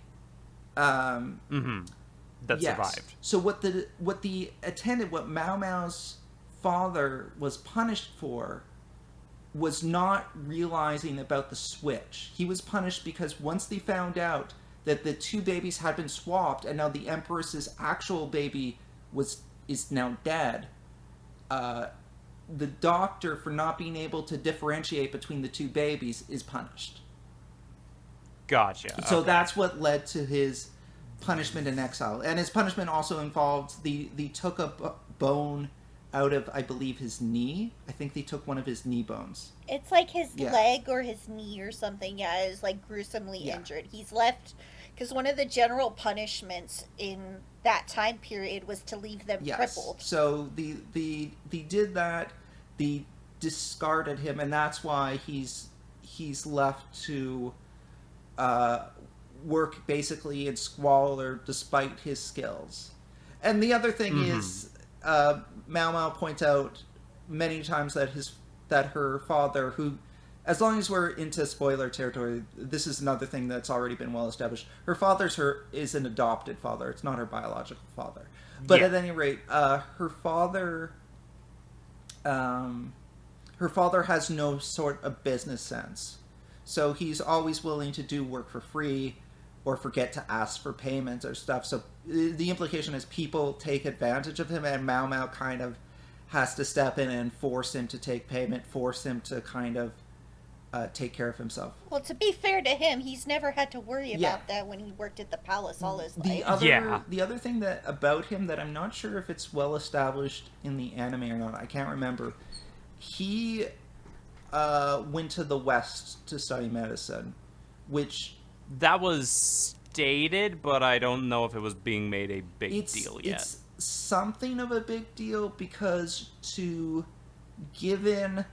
be given permission to study medicine in the West is not something that just anyone gets. It's something that requires significant accomplishment or prestige to do. And so the question is, why would he have done that, like become this incredibly accomplished doctor and then agree to work in the palace, where to work in the palace he would have to become a eunuch. Like the doctors that tend to agree to that are doctors of lesser status. So for someone as accomplished as him, Mao Mao notes that it's unusual. So those are those are kind of the things with regard to the doctor. By the way, this is a romance show as well. Well, kind of. They're supposed to be. So I mean, if you're watching this far, you should have known that. Romances. So there's the romance of the Emperor and the concubines, which is where a lot of the focus has to be in that time period, because the relationships between the concubines and the Emperor is how livelihoods are made and taken away. So that's a huge impact. And so those romances, you see bud and then like get destroyed, and then bud and get destroyed again. And so there's a lot of like friendships and then partnerships built to kind of make sure that those relationships go on in like a general sense. And then you also have Mao Mao, who's a dense little fuck. Yeah. And I love her to death. I love this girl. She's everything. But at the same time, you also have Jinshi, who is starting to realize, like, maybe she's not just a toy to him. Like, they talk about this concept of when he was little, he always had a favorite toy that he played with so much that it was to the point that it was an obsession. And they had to, like, stop that early on, so they would take his toys away. And they would hide it and be like, oh no, I guess you lost it. And he'd, like, be upset for like a week or 2 or 3 and be inconsolable until he found something that was a new toy. Well, this is the first time that the new toy isn't really turning out to just be a toy. Yeah.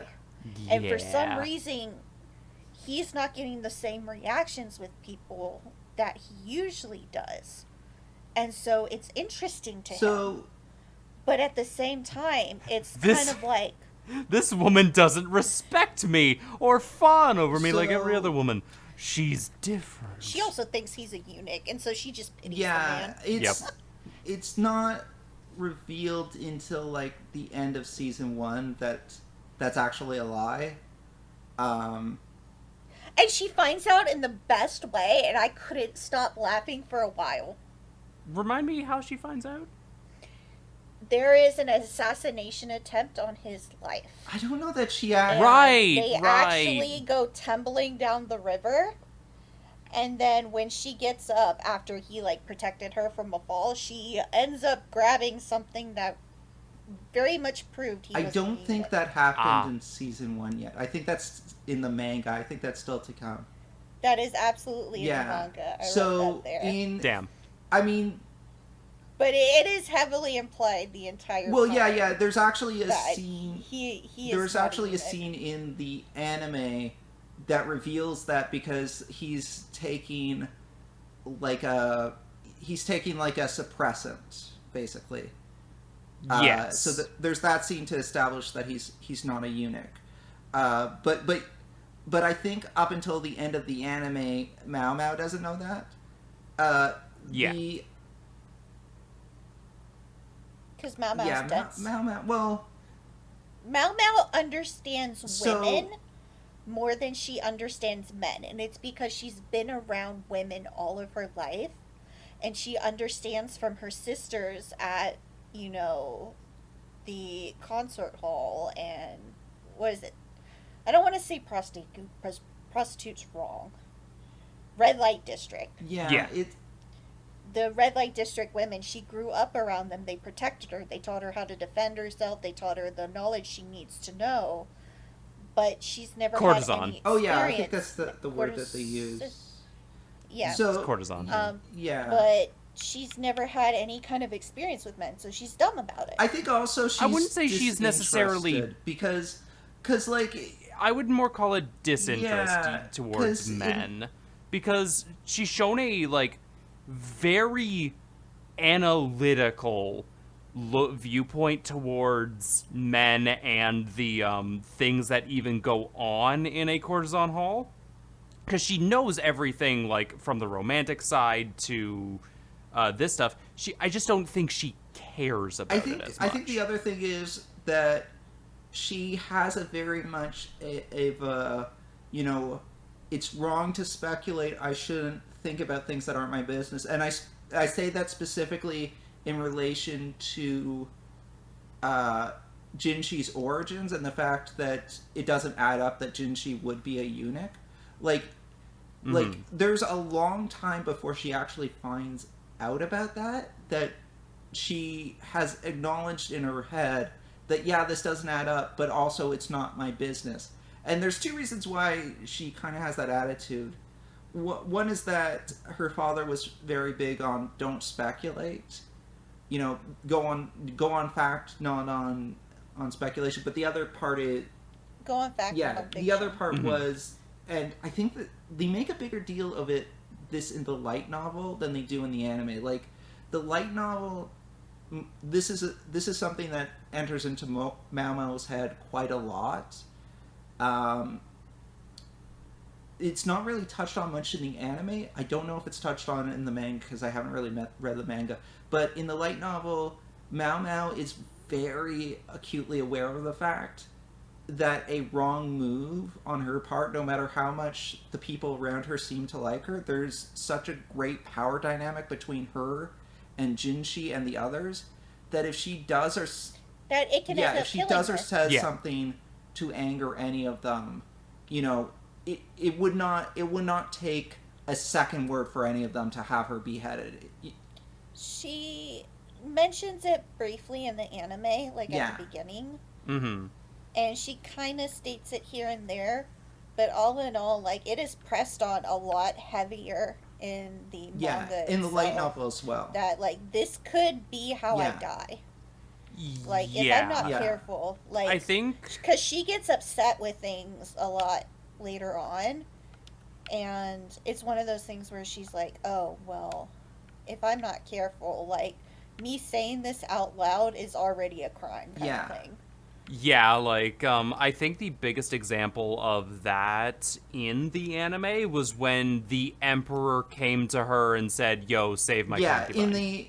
I think even in the anime, she acknowledges the fact that if she fails at the Emperor's task, like, she's dead. But if she even refuses, she's dead. But that's like a more present thing throughout, especially with regards to Jinshi, because Mao in the light novel mentions on many occasions that, you know, if she pisses off Jinshi, like, no matter how casual he acts towards her, she's acutely aware of the fact that, you know, he kind of there's a he has her life in his hands, and she's like aware. It's like, you know, there's one point where she's kind of like, he's kind of like dancing around asking her to do a thing, like asking her to investigate a thing for him, and she's internally thinking, I don't know why he's making such a big production out of this. If he orders me to do it, of course I can't refuse.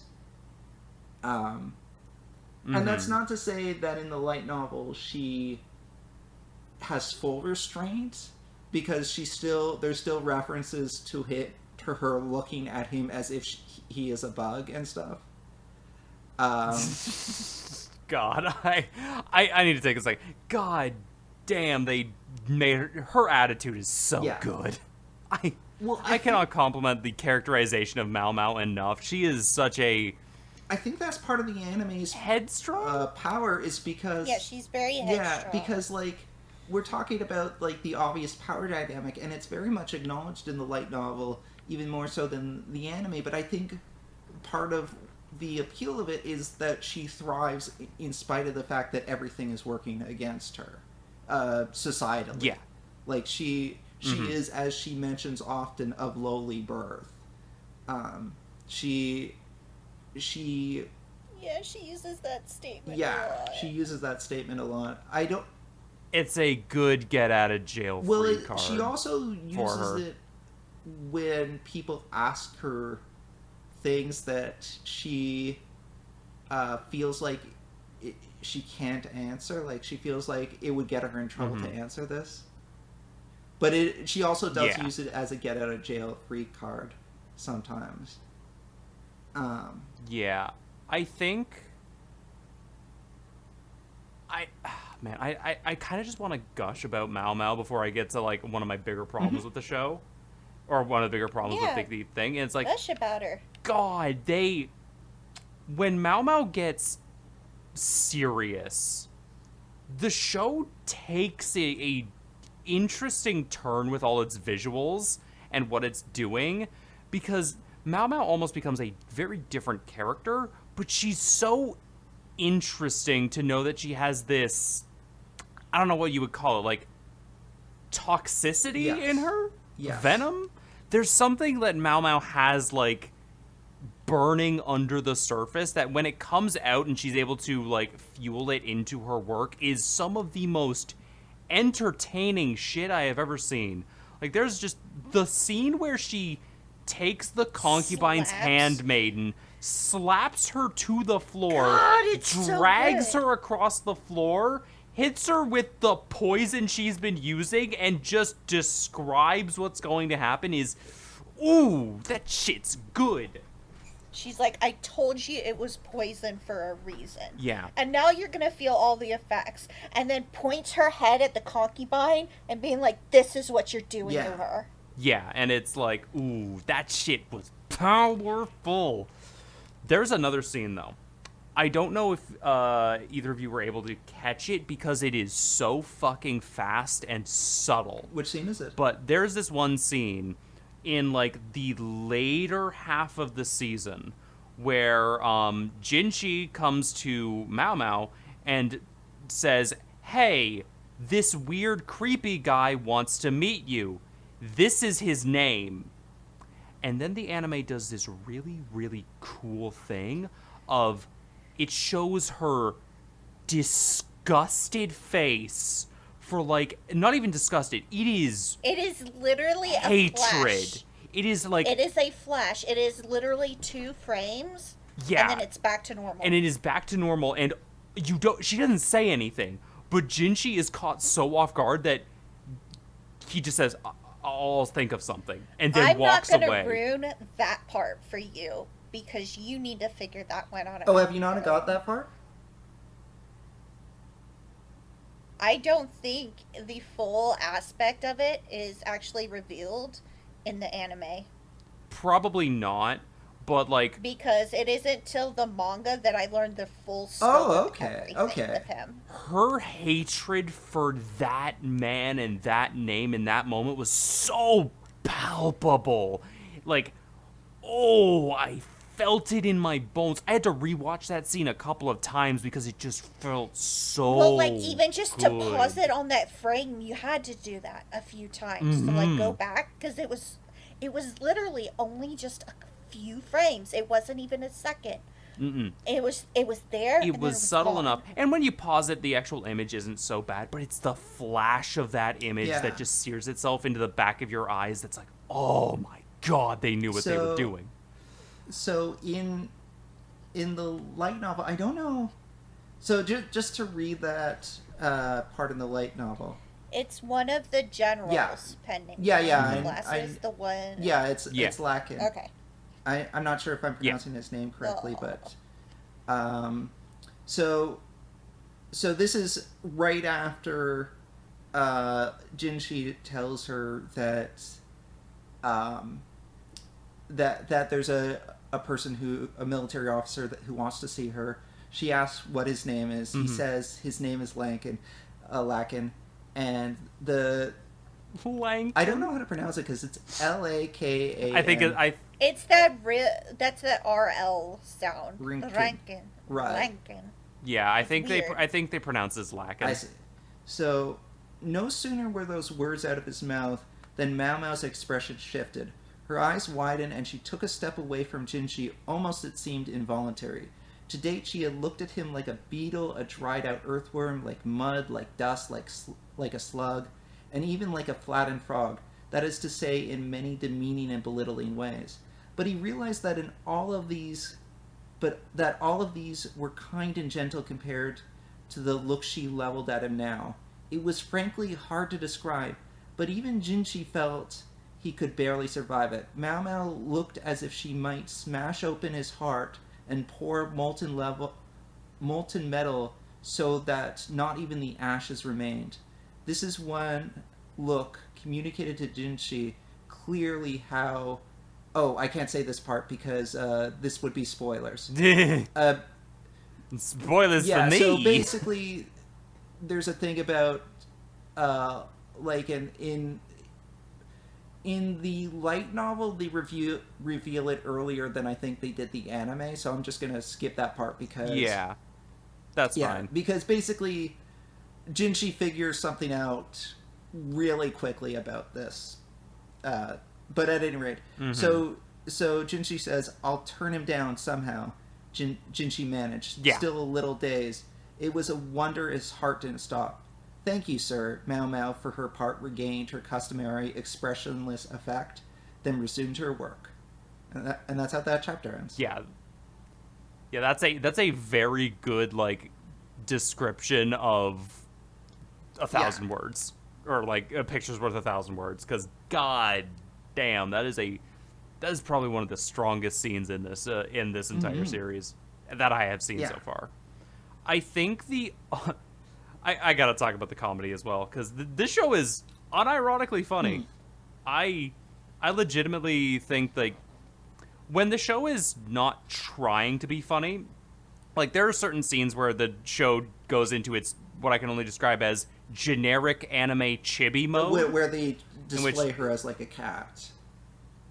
Where they display her as, like, a cat, and, like, everyone else is, like, very softer art style and this sort of thing. And I see it a lot in different anime that do want to do, like, have the jokey mode.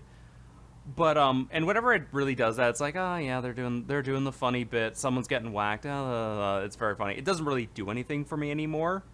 However, when in the garden party, when we swapped perspectives to the one guard, and he's just going on about, wow, she's so beautiful.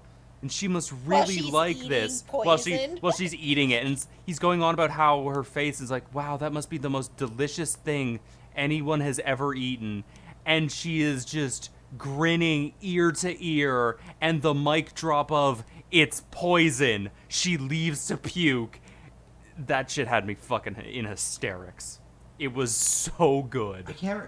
There was one part... I don't think it was that one. I think it comes later... where she consumed a poison, and she has to take, like, a thing to cleanse her stomach of it.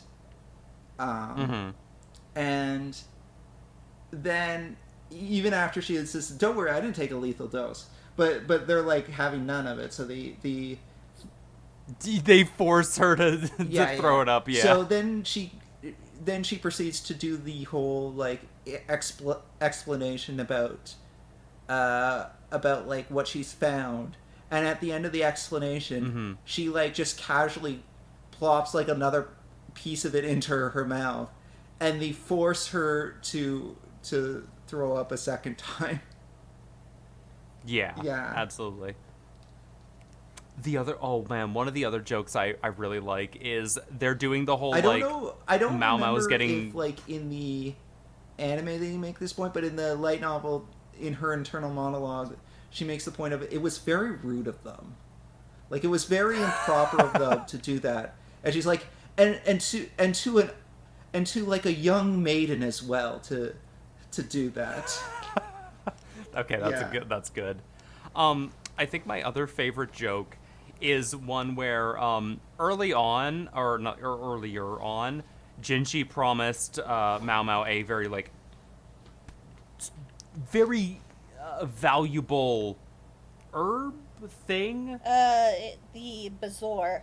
Whatever it was very valuable to her, and she was like, oh yeah, I gotta do this. I gotta literally do the impossible to go do this. And she did the thing, and then, like, it's kind of forgotten about for a couple of, like, I think an arc goes by, and come the end of like a major arc, she had hurt her ankle or something, so Jinchi has to princess carry her out, and then they go in for, like, the romantic scene, and she's just like, can I get the bazaar? And I was just like, you fucker, you actually remembered. Yeah. God damn it. It is very important to her. It's like, when this show has, like, time to build up its jokes, it is so good. Yeah, no, she has an obsession. Like, in the... It would be the second half of the first season of the anime, the second volume of the light novel. She really wants to go to the medical offices in, like, this new part of that she's working in, because we mentioned before that the part of the palace with the concubines has what she describes as a quack doctor, and she attributes that to the idea that like a prestigious doctor would not want to work there because to work there means you have to become a eunuch. So she really wants to go to the medical place in this new office, in this new section of the palace that she's working, because she's like, I want to see what like a real doctor that's palace level can do. And she's so excited when she gets like an assignment from Sui Ren of like, hey, can you go pick up these supplies? And she's like, sure. And then she goes there, and she's like really, and like the doctor is like kind of treating her with mild annoyance, and he goes to like gather the stuff, and she's like, I really want to go check in the back and see what's there. I really want us to open up all the drawers. And then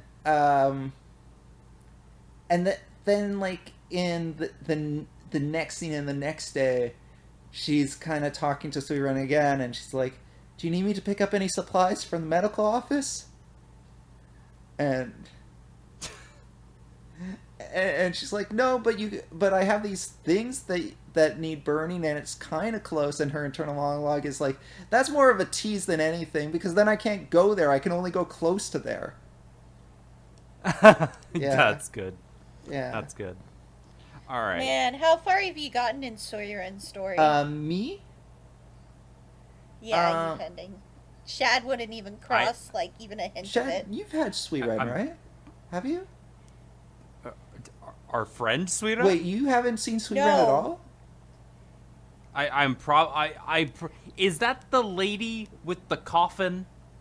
The lady with the coffin? No. Or the lady? No, it's okay, Jinshi's like attendant. Not the attendant that's always following him. Not the military. The old woman? Yes. Okay. Yes. Okay. Yeah. Yeah. Okay. Actually, out of curiosity, she's good. She's she's been there. I like Suiren. She's been there with him for like forever, best I can tell. Mm-hmm. Both of those characters that surround him have been with him since he was a baby. Absolutely. Actually, so I'm curious because I'm not quite sure how clear the anime made this by the end of the first season. What is your assessment of Lankin, the general? Like, who would you describe him as? The glasses guy that we played shogi chess against. Mao played. Yeah. He seems to be being built up as Mao Mao's deadbeat dad. Okay.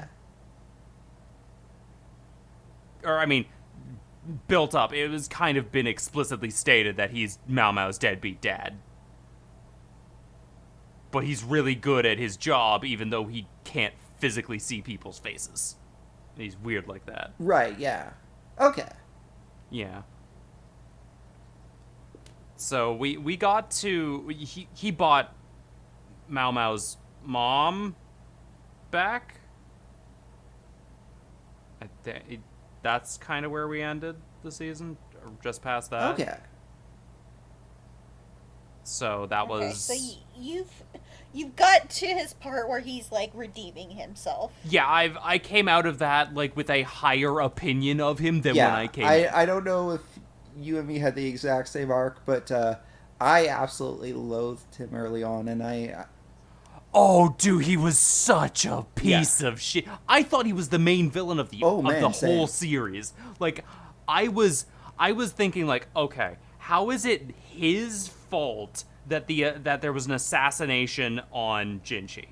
Like, he is too perfect to be here. He knows something. This can't be a coincidence. What do you mean it was a coincidence? Yeah. He was something of a red herring for that entire arc. He was an absolute red herring, but that just opens the arc back up for the next like season. I like him as a red herring because even though he was the red herring, he still has like important plot details outside of that. Like, he's not just a throwaway character. He's intrinsic to the greater story. Yeah, and he's interesting. I definitely like what they're doing with him and where they're taking him. I just feel like I don't have enough information on him to, like... That's entirely fair, yeah. Fully grasp. Because I could feel the hatred. The scenes of Mao Mao just being absolutely disgusted with the guy. Do you want to know how he becomes? Because I have a pretty good way to describe him. No, I want to figure that one out, because going through this series is actually a really good joy. Because it recontextualizes everything you've had before. His entire personality of who he truly is definitely shines after this moment. Mm-hmm. Because I think we saw a bit of his, like, better side when in, like, the flashbacks of him and Mao Mao's mother. I think the flashbacks do a really good job of fleshing him out, especially because, like, the how that contextualization of him seeing people at first as, like, being unable to... and even that was, like, an evolution for him, because originally he couldn't differentiate people at all, and then he was kind of taught to recontextualize people as jogi pieces. And I kind of want to say something else, but I feel like I shouldn't, because... it's a little bit of a spoiler past the anime. Tell me later. Yeah, because I don't know... So... Yeah, because I don't know if it counts as a spoiler or not for Shad, so I won't say it now. But yeah, it's very interesting. So we have talked on length about the good that this show does, and this show does infinitely more good than even we can cover. Issues with it too. So I have a couple. I have one pretty glaring issue. I wonder if you guys can guess what it is. I mean, besides the opening? Okay, so my biggest... Nothing to do with the actual, like, plot and the story itself. My biggest initial thing was, like, the thing that gave me kind of pause early on is there's an underlying wrongness that is kind of just accepted that it took me a while to kind of come around to, because, like, this is a world that is terrible to Mao Mao. Oh, it's a world that's terrible to everyone. No, it is terrible yes. to women and people in a lesser situation. It's almost like that's how it was back that's in kind of the olden days. I mean, this is 500 years ago. This is how it works perfectly as a period. Yeah, like that's kind of where I came around to. It's like, well, it's a period piece, and because, like, there was a time it's like it's hard for me to feel anything but sadness, because, like, I'm watching all these people live oppressed lives. And and that is a very sad thing to realize. And I guess over time, like, I came to realize that it's not, like, it's not justifying or glorifying it. It is painting a picture of a world that existed, and it is giving us a story within that world, and it is giving us mysteries and characters and, like, people who kind of find ways of, like, surviving that world and also rising above their station in that world, which I think is it's a very powerful message. Yeah, that is not my problem with the show. Kyrie, did you have any guess as to what I may not like?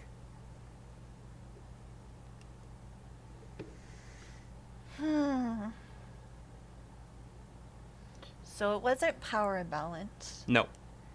It wasn't anything to do with plot. Technically it might, is it but... the implication that this is a romance? You're half right. Okay, well, go into it then, if Pending's so, half right.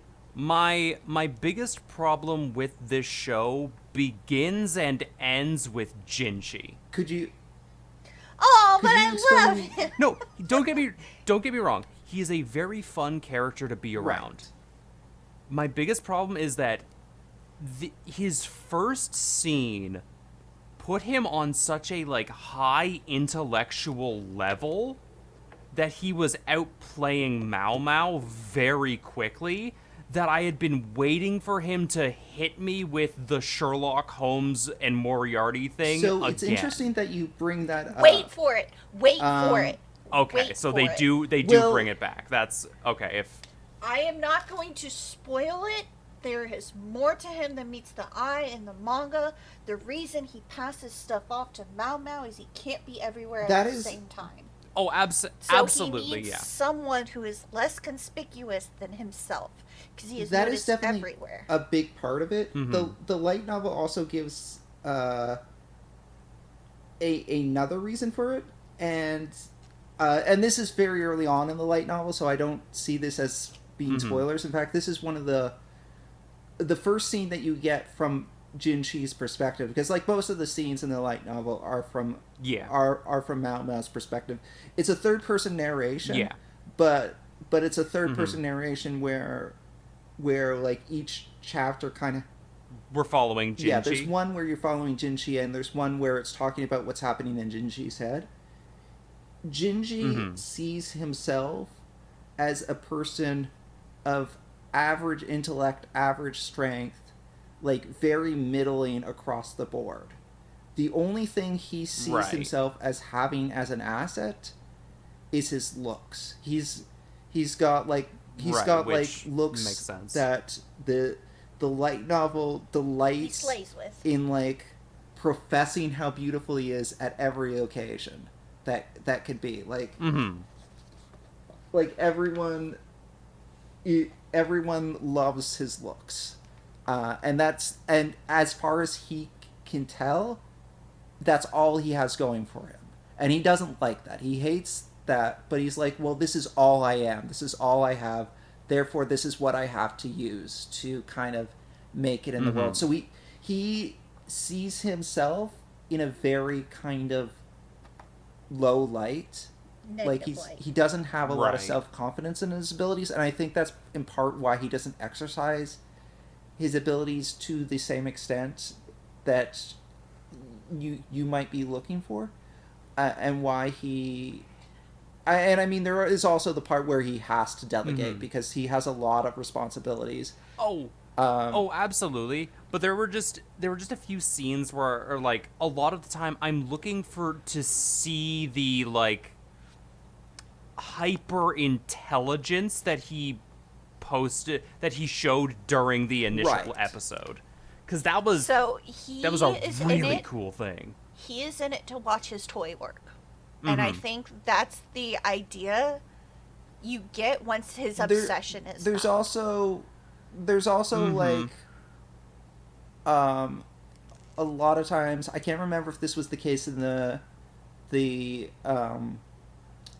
anime as well as the light novel, but in the light novel and possibly the anime too, because Mao Mao is so reluctant to speculate, she will tend to only give half of an answer, and she just kind of trusts that Jinshi can follow along, and Jinshi has like the ability to put the pieces together. Like he always like, absolutely understands like the rest of it. Mao Mao finds the missing pieces. Oh, and he I should needs also to say complete the that puzzle. that thing that I didn't read before because it was a spoiler. That was an instance in the light novel where Jinshi solved a mystery, like, so far in advance of the anime that I think by the end of the first season of the anime, that mystery still hadn't been definitively solved. But in the light novel, Jinshi had already outright solved it. So that's why I couldn't say that. Yeah. Okay, so I feel like I would like to see more of Jinshi being this like actual Machiavellian almost investigator. Sort of like Mao Mao. At the point that I'm at in the manga, he is doing just that. Okay, that's good, because that's one of the major problems I had with him, because we got this one tiny little glimpse, and then he became essentially eye candy. And I for think the it's because rest there of the wasn't season. trust. There wasn't trust there at the beginning, so he had to do it. Oh, but then absolutely, once he yeah. realized her intellect, there was just an ungiving trust. And it's really that concept that he has with him using Mao Mao as a toy. And I keep going back to that because that's how everybody around him describes this obsession he has with Mao Mao. Yeah. It's a child that's found his also, new I favorite think. toy. Oh, sorry. And- I was No, going to go say ahead. that just on the other thing I was saying, like how like he's very he tends to be pretty insecure, and he's he kind of doesn't like the fact that in his mind the only thing he really has going for him is his looks. I think that's part of the reason why he is drawn to the fact that Mao Mao doesn't really care, like doesn't, even though Mao Mao internally acknowledges his beauty, she doesn't really seem wooed. That doesn't sway her him like opinion. everyone else. Yeah, I think yeah. that kind of resonates with him because he doesn't particularly like that he's always swaying people with his looks. He's just kind of accepted that as like his lot in life. So I think that's kind of part of what draws him initially to Mao Mao. And I think also, like, Okay. in addition to that, just the respect of her intellect.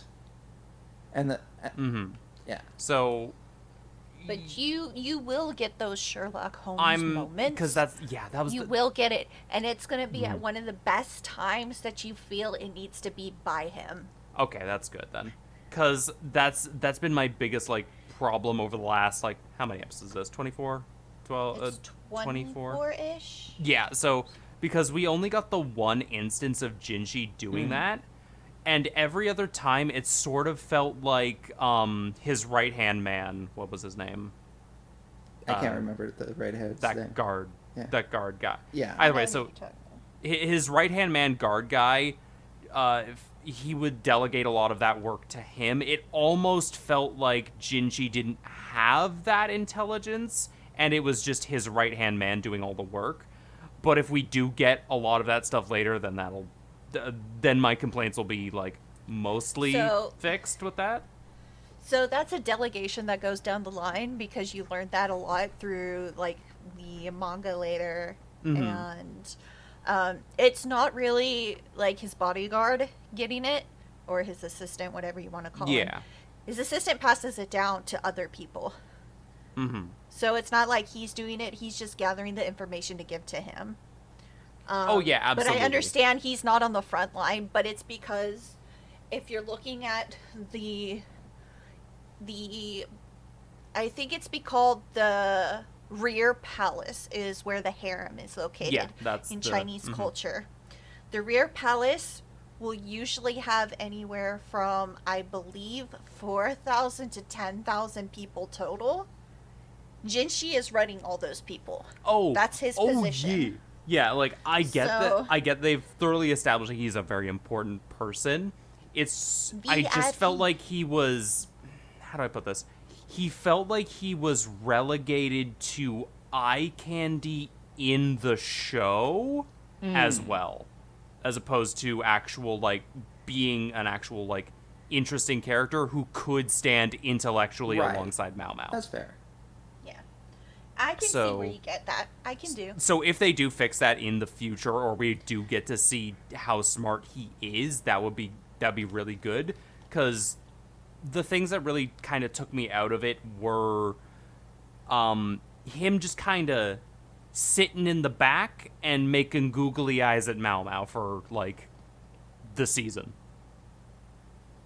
And that's my biggest complaint with this You show want so him far. to be a main character like he was described to you as. He's not giving main character vibes right now. Yeah, But I quite promise literally, you yeah. he will. Okay, that's He good. will. Because the assassination attempt was interesting. I liked what they were going with that sort of thing, but I wish they like elaborated on it a little bit in the moment it happened. the assassination attempt doesn't do justice to his position and like what he does. Mm-hmm. But there is a different situation that's gonna pop up in the future that he doesn't rely on those around him. Yeah. He's just like, fuck it, I'm gonna do it myself. Yeah, and I'll look forward to that scene for when it pops up, because it sounds like that's exactly what I'm looking for. It is also worth noting, and like I'm really looking forward to it as well. So the anime, which the first season of the anime, which is 24 episodes, roughly covers the first 2 volumes of the light novel, more or less. Ooh, yeah, dense. There are so far 15 volumes of the light novel. So ooh, this is really dense. Goddamn. Yeah, hats off to the writer. And the light novels are meaty, like the light novel. Are you sure about that? Up the light novels because the manga. Yeah, I think the manga is taste. up. I think what I heard, and I can't confirm this because I haven't read the manga yet, although I do really want to. But my understanding is the manga has covered like about the first 4 volumes. That sounds about right for the pacing of it, because about the first 40 chapters ish were kind of equivalent to the first 2 seasons, and we're in the late 70s for chapters right now. Like, they're not small chapters. They're pretty meaty, just like you said for the light novels. But it still has stopped, and it hasn't progressed as quick as I would hope. Like, to give you... And, I mean, I have read some that only update once a month, and I've been reading for over 10 years. So, I'm just like, I can do pacing, but... not with this one. And so if you're saying that there's 15 light novels out, well, I mean, that's ultimately what drove me to the light novel, because I was looking into it and I'm like, oh, the manga's at volume 4, but you say there's 15 volumes of light novel. It's like, well, I guess I'm going to start reading the light novel then. But yeah, just to give you a brief, like the second volume of the light novel is 232 pages, so it is pretty meaty, and there's actually not that many pictures in it. There's like maybe 10 pictures. No, usually the light novels have like a few pictures, but then it's just all word. Like I don't have a word count, but this is genuinely novel length as far as word count would go. So yeah, I would definitely say that that the light novel is worth reading, and I'm having a lot of fun with it. I will say that I feel like the light novel, and I don't know if this is the English version specifically or if it's the light novel in general, does not do the greatest job of marketing itself. Because it probably not. No. It plays up the romance angle, and I'm like, but the romance, like, not to say that there's no romance in this, but the romance is really the thing. It's minor. The main character doesn't even care. It's there, but it's the mystery that matters. And like they talk about like Mao being tsundere. I'm like, she's not really tsundere so much as she's indifferent. She is quite literally apathetic to anyone's advancements. And that probably has something to do with the fact that she grew up in a concubine's fucking I would suspect place. that influenced things, yes. Yeah. Courtesan. Yeah, courtesan. That was, that was the word we used. Yeah, so it's like she probably has a very stilted view of relationships in general. So yeah, like I said, 15 volumes of the light novel out right now. So as far as the anime goes, and even the manga for that matter, like it's only just kind of scratching the surface of the totality that is this story thus far. And I don't think the light novels are done either. Let's see. Jeez. The latest light novel, let me see if I can find...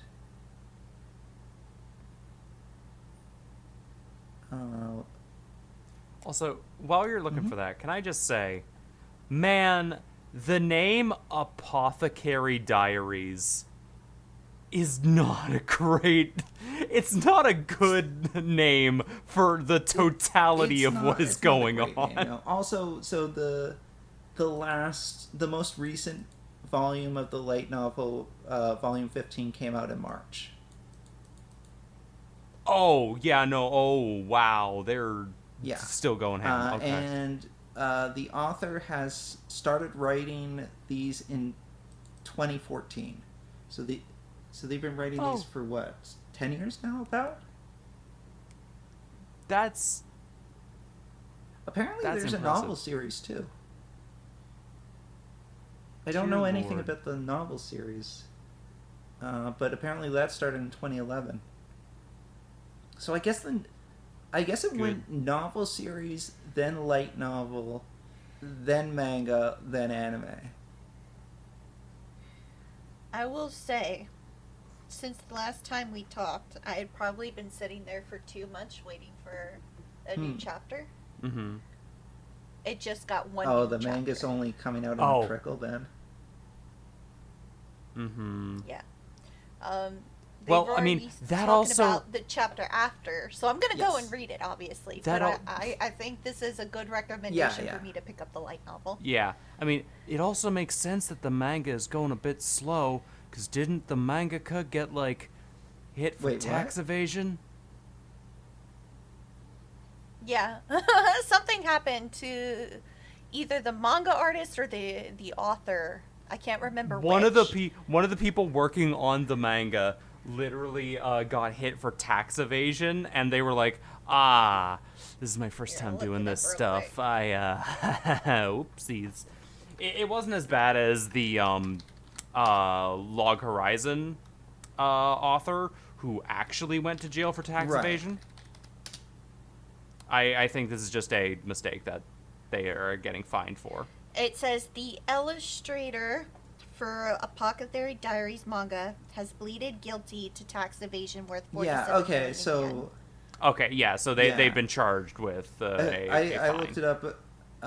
It looks according, just to confirm what Kyrie said, according to Reddit, it's not the author, but it is the manga artist that. Yeah. So that might slow down production a little bit. Yep. Yeah. Well, it's fine.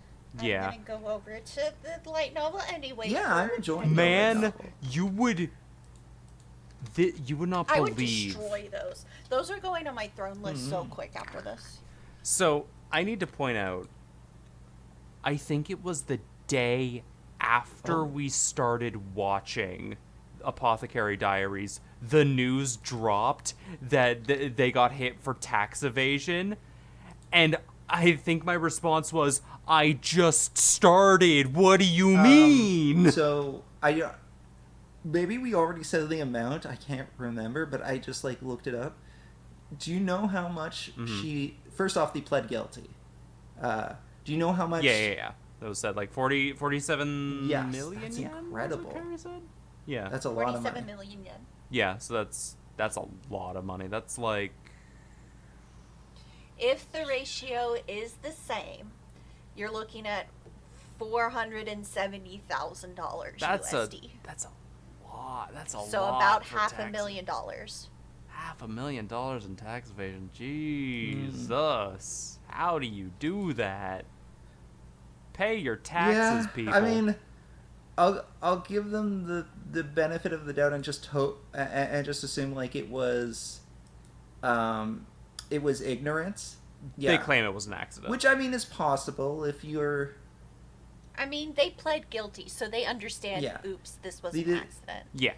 But they probably reached a settlement. In all likelihood, probably, yeah. Yeah. But yeah.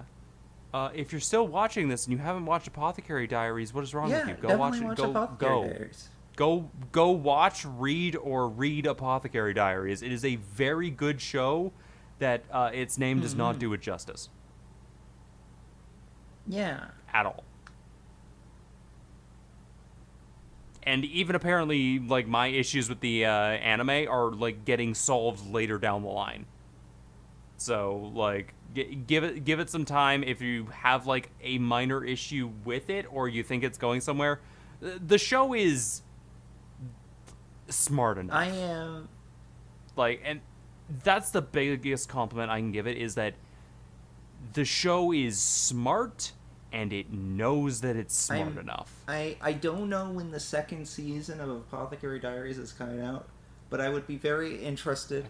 I remember hearing it got greenlit. I would be very interested in coming back to this after season 2, and absolutely. Apparently season 2 will be airing in 2025, so a ways away, but yeah, definitely something worth coming back to, and like seeing like what we like about season 2, what we don't like, if issues with season 1 are addressed in season 2, if new issues crop up that weren't in season 1, and absolutely. The first season of it, obviously not flawless, there is a lot of good in there.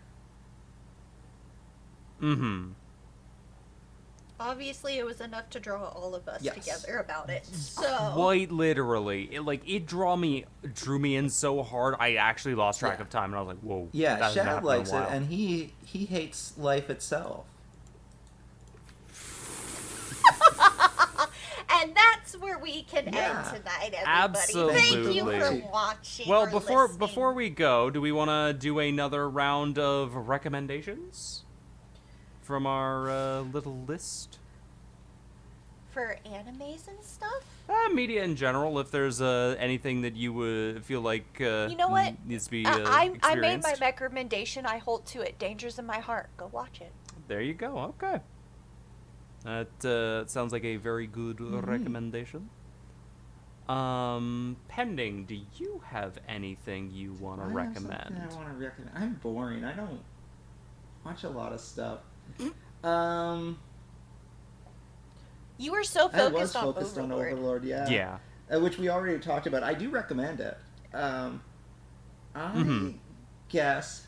Especially Hemsky. Okay, I have something. I knew you would like Hamsky. I knew it. I'm just like, you're gonna love this character. I didn't say anything about the character, and I'm like, I'm betting you. And then you told me about it. As soon as I saw Hamsky, I was very happy. I knew it. Nanoda. That's what he said the entire time at the end of every one of his sentences in Japanese. I love that. He says Nanoda. In the English version, they have him kind of do Yoda speak. Which has its own charm. That's a translation tactic, that's for sure.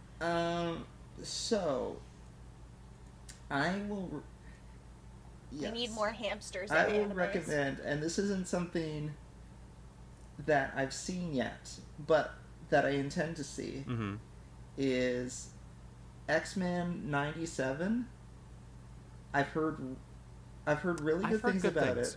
I'm not going to watch it yet because I started rewatching X-Men Evolution for nostalgia purposes. Oh no. And after X-Men Evolution, I'm going to circle back and I'm going to watch X-Men the animated series, the 5 seasons of that.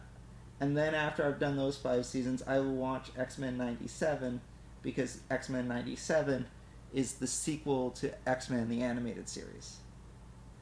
It's called X-Men 97 because the animated series ended in 1997. So, yeah. That's cool. So, I see. I'm looking forward to that, especially because, like we were saying, we've heard good things about it. Obviously, we can't speak to it personally, but it would be, I think, worth a try based on what's been heard. So that I watched it a little ways ago, so it's an older recommendation, but of course Free Run was amazing. So definitely worth a go. Everybody watched it without me, and I'm really spiteful right now. I just want people to watch anime with me. I end up watching it alone most of the time. Understandable. I get that. Mm-hmm. Alright, Shad, what's your recommendation? I think I'm going to jump genres a little bit. I'm not going to recommend an anime, but I am going to recommend a video game with an asterisk. I am going to recommend a video game called Signalis. Okay. On the asterisk that you are okay with horror games. Because it is survival horror at its roots. It takes a lot of inspiration from Resident Evil, Silent Hill, and all that sort of jazz. Puts you in a space station, and you are what I can only describe as space robot lesbians going through the worst kind of existential nightmare. It is a very fun game. It is a very interesting game, and it's one of those games that has stuck with me long after I reached credits. So that's fair. If a game will reach out to you past its actual endpoint, like it deserves a read. Yeah, it's not a perfect game by any stretch of the imagination, and anyone who's kind of in the survival horror like sphere or zeitgeist will have probably already played it. But if you haven't played it and you're kind of interested in what like spooky doopy games could do, give Signalis a try. It's an interesting game and definitely one worth like giving a go. Some puzzles you will need a pen and paper for. Putting that out there. But yeah, I think with that being said, this has been the first episode of Left UnSSPoKEn. Indeed it has. Woo!